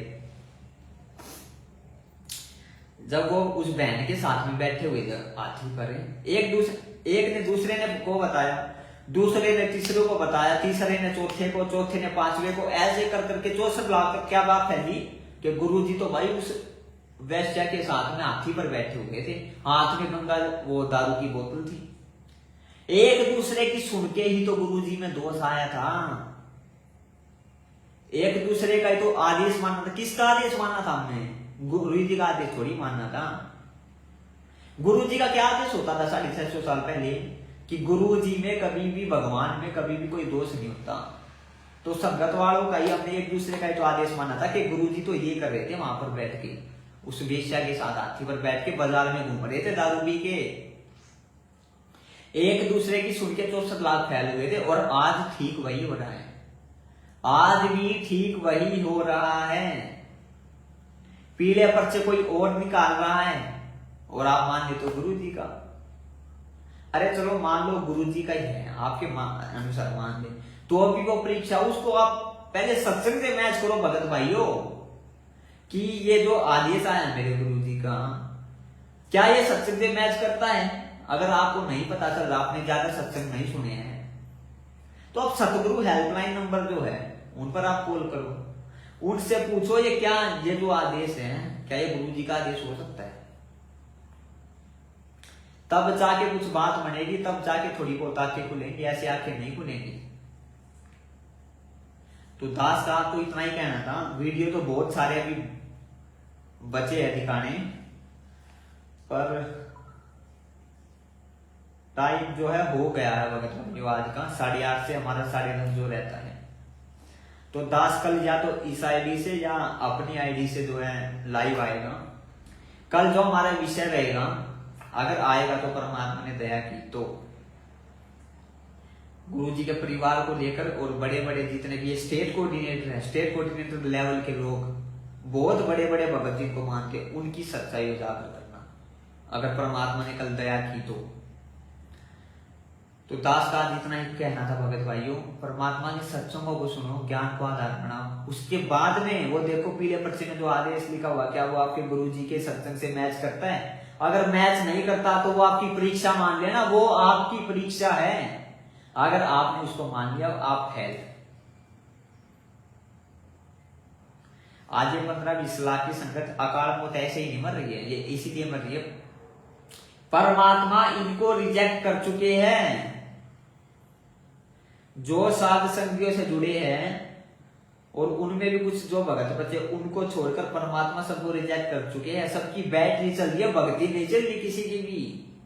कहीं आप ये सोचो किसी की भक्ति चल रही है, भक्ति किसी की नहीं चल रही है, सबकी पिछली बैटरी चल रही है।